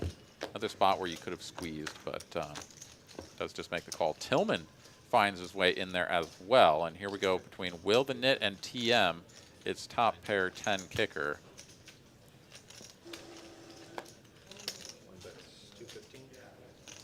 Ragnar says, at least 2 of the stops are very obvious tourist traps, specifically catering to the cruises, not going to be a true slice of culture. Well, that's probably true, but honestly, you can always find a slice of culture at any of the tourist traps as well. Like, Not a lot. well, okay, maybe not any of them. I'm sure there are some where it's just like literally resort, and then like all of the people that work there had to like come in on a boat or something, you know? Who plays that crap? King 10 versus King 10, all in, all in. chop it up. I'm telling you, I'm in purgatory. Will in purgatory over there, but he did not lose, so something to be said. How many have I Oh, chopped tonight? okay. That's at least the third chop Padawan tonight. producer That's at Kristen least the rolling. third. I am doing the same. But yeah, oh Jesus, an 84. I think you're getting 20 Thank God bucks for back. multi-way pots and dead money, right? Can I beat an 84 somehow? Is the question. I cannot. And I lost my roll as well. 47. Dang it. But anyways, I feel like pretty much all places there's the nice part of town, and then there's the normal part of town, and you can always do a little bit of walking if you're into that. Depending on where you are and sort of what the situation is, of course, you may or may not like want to go and explore the local regions. It's always a possibility that you go and get some street tacos or something and then pay for it later, even though you got a deal. It's like, how are these only 10 cents a piece? Give me a dozen. And then you spend the rest of the trip just like in purgatory, says Kristen. Yeah, purgatory. I don't know. That might just be full-blown hell, actually. On a cruise, but with food poisoning, you know? That doesn't sound great to me. Dewey here, a couple of ladies. Tillman gonna go head-to-head with the suited connector.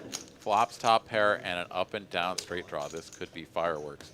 Dewey here just piles it in for a massive overbet. My goodness. This is hearkening back to earlier when it was the shove all in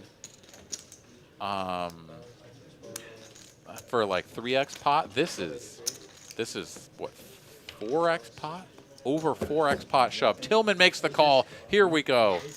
Run it one time. Or run it out twice. Let's see. Run it one time. 4 on the end. Tillman makes the straight as he turns over the goods. And Dewey here, despite shoving all in on the flop to try to price out his opponent from continuing with any draws, does make the call, does get there, and stacks Dewey for the 3rd time this evening. Tough break there for Dewey. And that will move Tillman up to just shy of 4,000 in the chip stack. And I believe that'll put him in just about 4th place in terms of overall chip stack size. Let's take a look here. Indeed, Doug at the top. Corey and Cam not too far behind Tillman then. Going to be the 4th largest stack. No, Kyle is up to 5K, of course. How can I forget? Kyle winning that big one and being our largest winner at this point.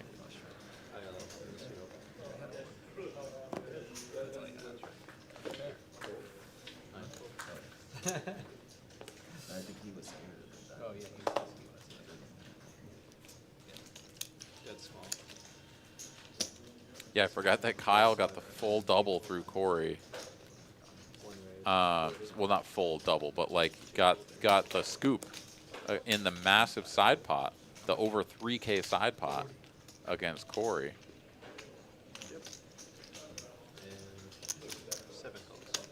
Honestly, like Corey was gonna lose that pot like on the runouts. We know that he was gonna lose that no matter what.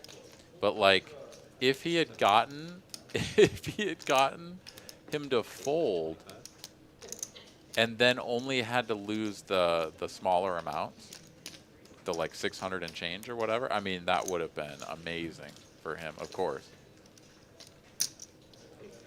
Cam and TM here both flopping diamond flush draws. TM with a gut shot to the nut straight as well, so very spicy. Bet of 25, raise to 125. TM will re-raise. You don't see 3-bet flops very often. Cam here is like, how many chips do you have? And TM has just about 1K behind. Cam could just ship this in. I mean, 3-bet, 4-bet on the flop. Like, if you're Cam, you don't want to call and then see just like a club on the turn. Like, but at the same time, you're kind of like, shit, TM seems to have a hand that's probably going to call when I shove. But you just have to. Yeah. Cam recognizes the situation, puts all the money in. TM will be making this call. And here we go. Run it out. TM way behind. Flush on the turn. Needs a 10 of diamonds and a 10 of diamonds only to make the straight flush. And doesn't get there. Board pairs the 8. And TM sort of thought that he got there. He's like, oh, you got a king. It doesn't matter. I got the flush. Nope. Nope, nope, nope. Ace high flush over queen high flush. Nut, second nut flush. TM gets stacked. And Cam continues moving in the upwards direction. Just under 6K. In front 2 of that. seats open, live stream. Pretty amazing night here for Cameron, for sure. Has been hit by the deck left, right, and center. And when he plays a hand, he wins. That's just the way it goes. Jesse, you got a box card.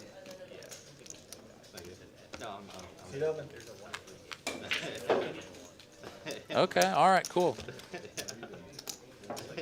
All right, I like that, Ragnar. It sounds like it's going to be a lot of fun. I'm very much looking forward to it.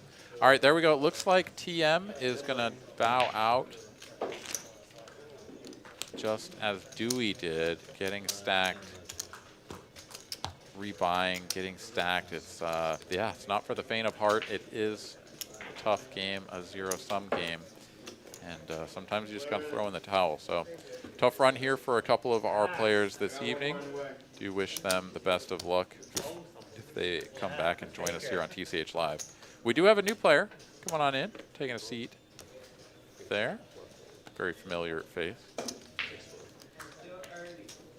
All right, folds over and around to Cam.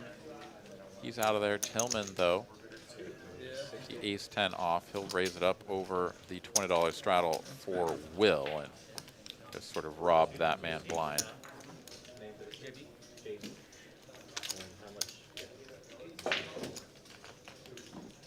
As we move into the last stretch of this show, hand number 90 coming at you.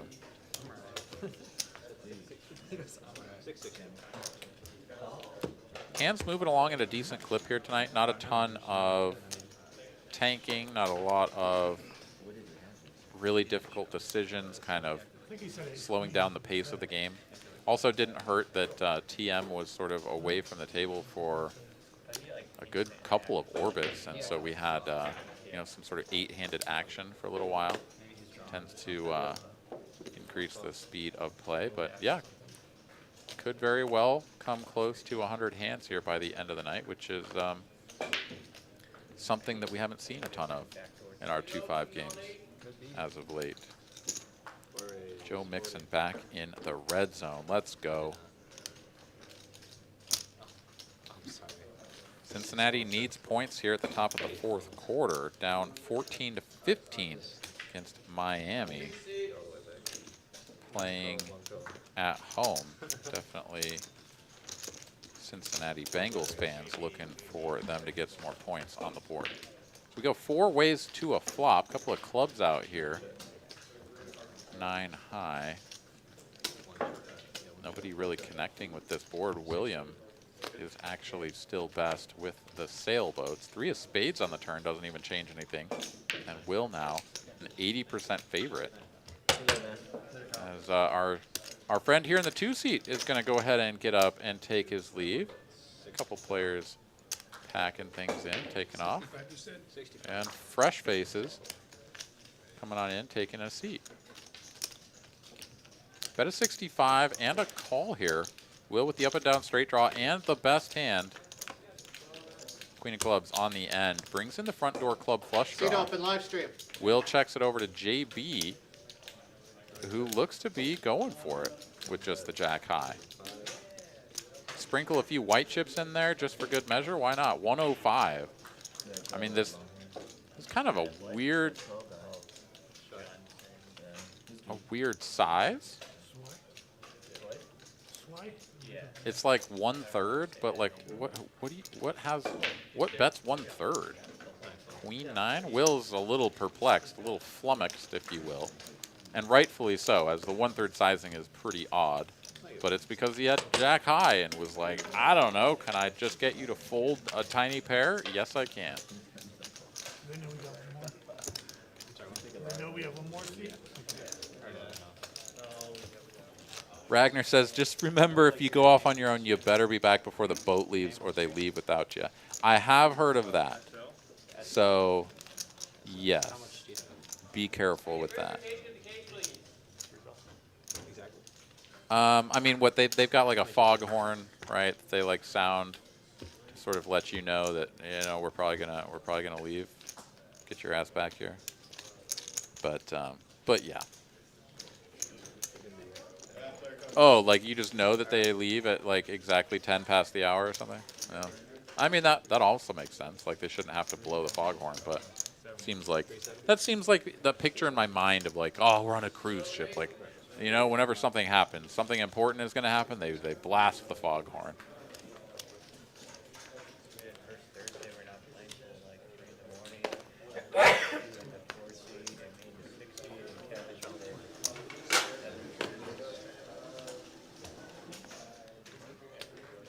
SL joining us here.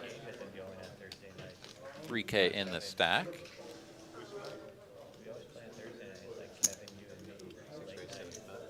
Magic gonna come in over the $20 straddle for a raise to 75 with ace queen off. And Doug, the only defender in the straddle, he says no. Ace 3 off, not good enough. Turns the ace up and shows it as well. I mean, we can see that he was in dominated position, but against a single open, ace 3 off, gonna defend pretty well.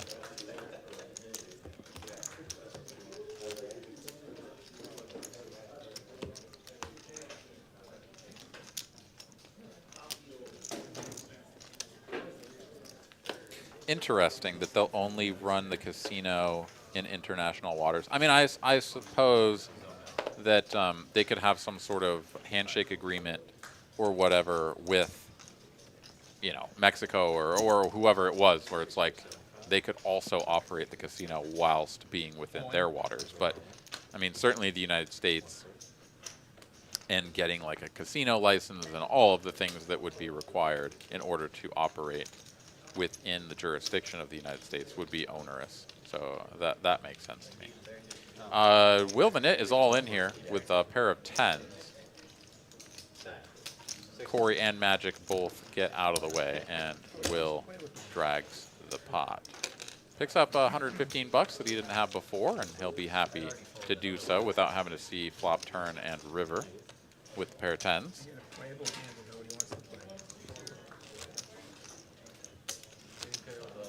Ragnar says, got to remember your boat and the time of leaving. Horns are simply for show as you pull out. Okay, yeah. I always like to blast the horns when I pull out as well.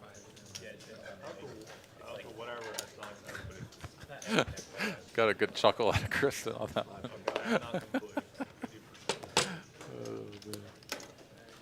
Is anyone opposed to the 25? I want to do a mandatory. Not a mandatory 25. All right, Tillman here with a middling suited connector. Gonna make it 75. JB gonna call from the small blind. Can't let those $2 go undefended when you have 8-7 off. Everybody else out of the way. We're gonna go heads up to a flop. Tillman in position with the betting lead in a dominated position though. And whoa, quite the flop here as well. JB goes up and down. Tillman with a gut shot, backdoor clubs. Is going to take a stab at this to the tune of 100. JB will check and call. 390 in the middle now. And a 6 of diamonds here on the turn. JB makes the straight. Tillman picks up a pair. And JB here, wait, I thought I saw cards getting, okay, so JB just hadn't actually made a full wager yet, and Tillman was already folding. That's what happened. So JB was like, okay, I'll just make it 300, and then you fold, and I win. Okay.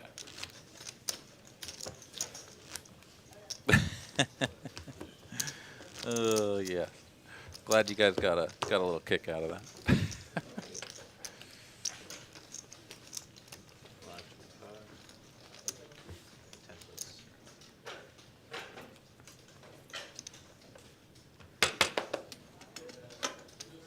And number 94, I don't think we're quite going to get to 100, but we will come close. We've got just another 10, 15 minutes left in the broadcast, thereabouts. Ooh, we will finish on hand 100 exactly, I've just been told.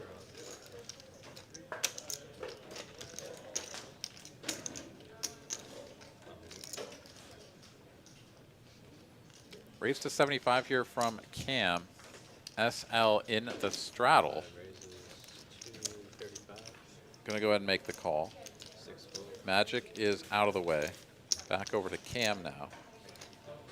It's a relatively early position open from Cam. So the 3-betting range going to be relatively tight most of the time. Cam does make the call. He gets to play this one in position. May have some experience with this player, may not.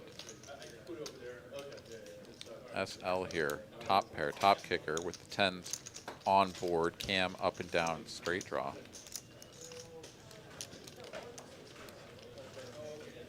Is usually going to be a small continue. SL bets 160 into 500, so yeah, just about 1/3 pot, pretty standard size. Cam here has a very standard call.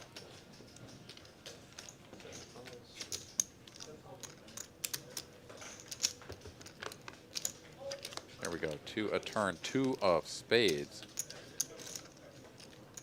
The second biggest brick in the breck. Words are hard. SL here. See if he goes somewhere like half pot or if he goes for a 2/3. The thing is that if you have like pocket kings or pocket aces, betting big feels a little bit dangerous because you unblock so much of your opponent's value. Betting small is just like a little bit too weak. You allow your opponent to continue with things like the king queens of the world without charging them. And then betting the middling size sort of is like the middle of both worlds, you know. It's like you can still get value from all the hands that you beat, keep the draws in, but don't give them too good of a price, etc. 375 here from SL. Little bit on the small side, but still like it. Does indeed get Cam to continue for this size. Here we go to a river. It's a king of spades. Cam improves to the best hand. Was there ever any doubt? I don't think SL probably got the memo that if Cam plays a hand, he wins. So if he had known that, perhaps he would have just been sort of checking to get to showdown, where he would lose on the river. As it stands, 1500 in the middle. King of spades, not the most impactful card. It does bring in backdoor spades, and it does complete some of the like queen 9 and king queen type holdings. King jack, of course, is now like less likely, but at the same time, certainly one of the hands that would have continued given his line. SL looks like he may be compiling a wager.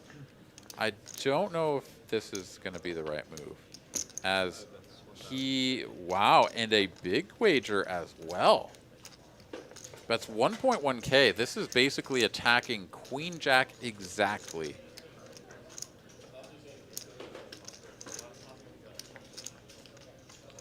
Because queen jack is playing the king kicker, and he beats that with the ace. I honestly can't think of another hand class that he is getting value from? Jack 9 suited, I suppose. Yeah, no, Jack 9 suited can certainly be in Cameron's range. Yeah, Cam just makes the call. Ace Jack turned over, and here's the king on the end. SL sort of turns his head a little bit sideways and is like, yeah, no, I guess that's one of the hands you could have. But, yeah, I'm not too sure there. I guess it's one. So the flip side of this is if SL is going to check and call any reasonable bet, anyways, then maybe it's best to just continue going for value so that the few hands, the Queen Jack and the Jack 9s of the world that would check behind, he can still get value from by putting the bet out there. The problem with that logic, of course, is that there are so few hands, being just Queen Jack and Jack 9 suited, of which there's only a couple combos given that he has a Jack and one of the Jacks is on board.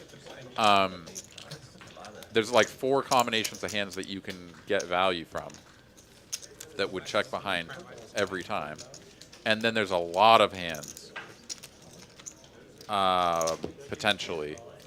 Well, at least maybe not like a ton objectively, but in relative terms, there are more hands that that are probably just gonna bet for value there on the end, and you're gonna have to call anyways. I don't know. That one's weird. The king is just a very unique card.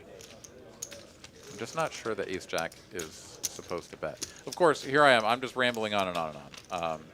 But I feel like that was there was more depth to that hand than a lot of the ones that we've seen previously. A lot of the previous hands just kind of played themselves. But betting Ace Jack on that board for 2 streets, and given the size that was used, going for the 2/3 size on the end, I'm just not sure that that fits into the line from a theory standpoint.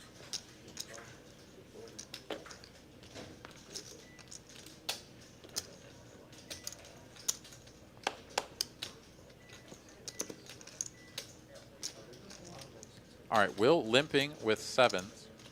JB limping, 10-9 suited. And SL here fresh off the unfortunate run out against Cam. Gonna squeeze this up to 120. Let's see if Will has anything in him other than a limp call on pocket 7s.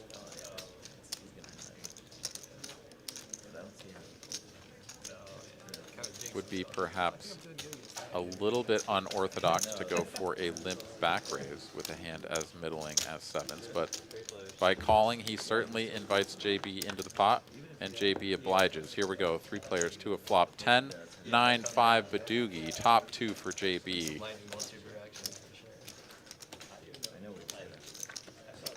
SL quickly checking. Just like golf, right? You get all... Will following along, and JB here gonna go for a nearly full pot size bet. I've got top 2. Let's get all the money in. Oh wait, when you control that much of the board, kind of tough for anybody to have anything. And sure enough, they don't.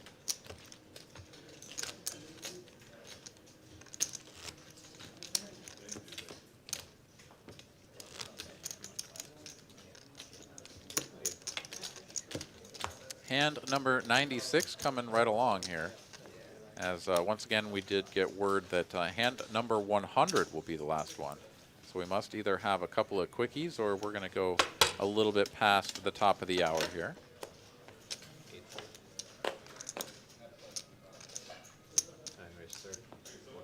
Will here, suited Queen Jack. He'll raise this up. Could be one of the quickies as it appears. Nope, Magic has a hand, he'll call. And Cam has a hand worth defending as well. I'm going to have to speak to my union reps. Padawan producer Kristen over here Seat hanging open, out live with me stream. on this side of the fence. No more? She says we're going to go a little bit past the top of the hour, and that violates my contract. But, you know, double overtime. Okay. We'll cash that in at the end of the month. These Just are kidding, of the course. live stream. Come on. Sorry. So a pretty beautiful flop here for Magic. When am I gonna catch a break? Small little bet there, and he raises it up. Everybody gets out of the way as he had the Omega combo draw, straight and flush draw. Well, I saw that Joe Mixon and the Bengals were inside the red zone, but I did not get a notification about them scoring a touchdown. They did do so, and then missed the 2-point conversion, but Joe Mixon had no part of that. I think Higgins did. He's pretty bad. T. Higgins touchdown. Okay, that's good for Padawan producer Kristen.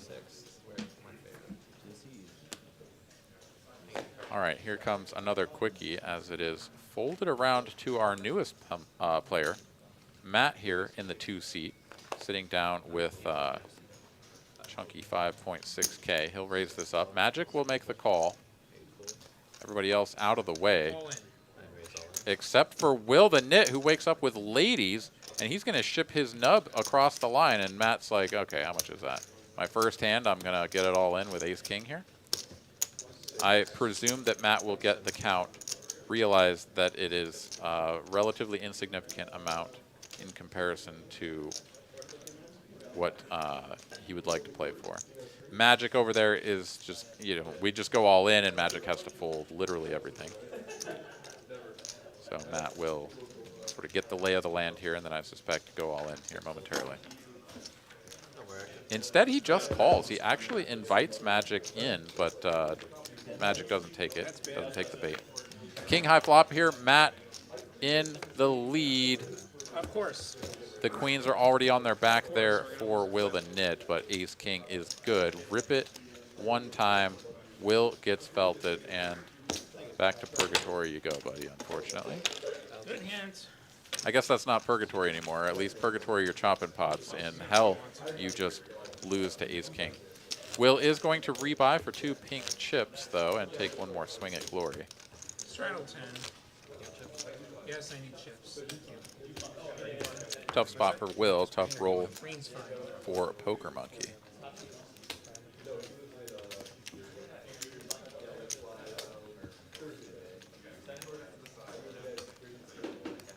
And let's see, did we do it right at...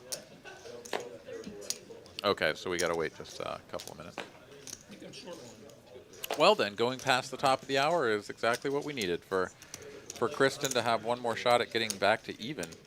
I'm down to one lonely $20 bill from you.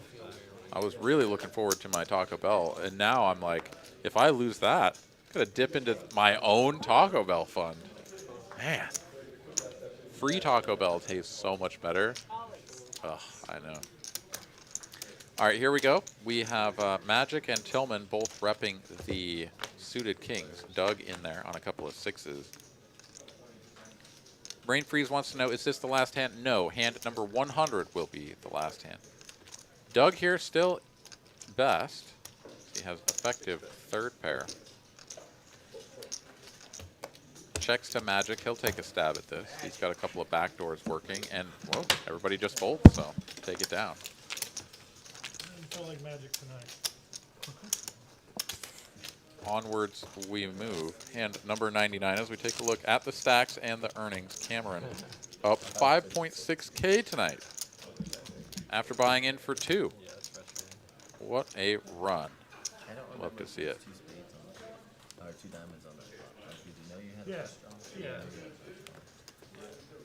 Oh no, Adam rolled a 50. Bang on 50 is a loss Yeah. for 35 points. Unfortunate. Scooped every time. Unfortunate. Except for that. Although I've done that in hit class before. I'm like,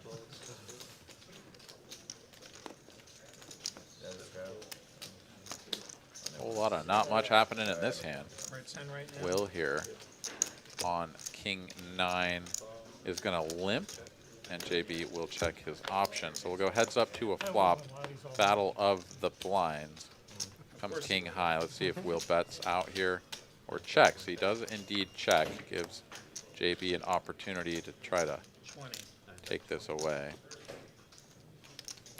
Will now bet the turn, which does improve JB to a gut shot, but pretty uninspiring hand. He does make the call, though, and bricks out on the end. 2 pair for Will. He's going to go for another bet here, and JB has already folded. So here we go. On to the final hand of the night, and oh, you already rolled and you already got a good one. No, indeed. I just wasn't emotionally prepared for you to already have a 73. Let's see, though. Taco Bell on me or Kristen tonight? That's Billy. Oh, definitely on me tonight. My goodness. Yeah. Oh, man. Win 3 in a row, then lose 3 in a row. And we finish the night dead even. So all is right with the world. Back to parity. And we've got ourselves a $10 PLO bomb pot to leave you all with on TCH Live Thursday edition of 2-5 Match the Stack here out of Austin, Texas. Change the status from out to question. 7 players, 2 boards, 1 cup. Wait. Out to question. Fantasy's unreliable. A couple of 10s and a jack? No, that's garbage. Yeah, On the it's top garbage. board here. The fantasy thing is garbage.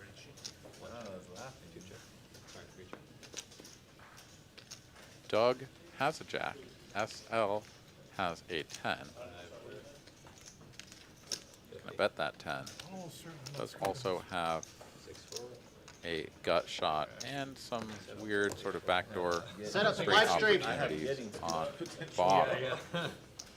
JB here is going to make the call with pocket aces and some backdoor spades working.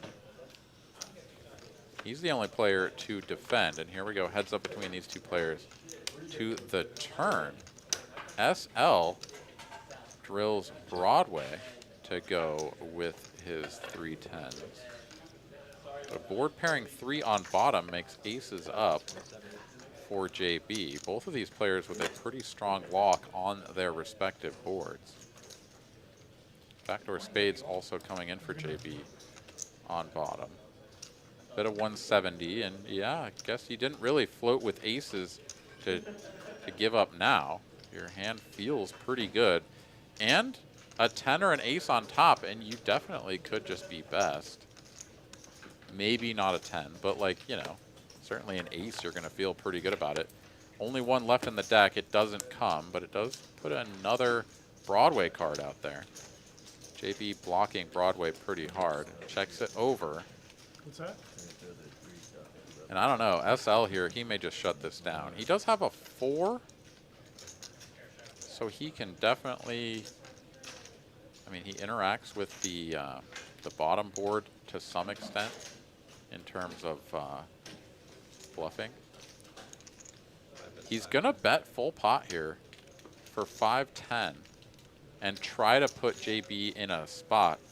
The problem here is that if JB has Broadway as well, like SL has nothing on bottom. Like he is like sort of quartering himself, right? But JB, oh, JB is he's gonna fold it. He's gonna fold the aces up on bottom. He's like, I'm pretty much only playing the bottom board. It's just 2 pair. It doesn't feel worth it. Gonna let this go. And the continued aggression there from SL gonna go ahead and ship him the pot. So really well played there. Sort of riding that one pretty close to the sun, but gets the job done. Alrighty, that's going to do it for us here on TCH Live out of Austin. Thank you guys so much for tuning in. I am your host, Aaron McAvoy, for myself, for the staff, for Padawan producer Kristen, and everybody else here at TCH Austin. We will see you next time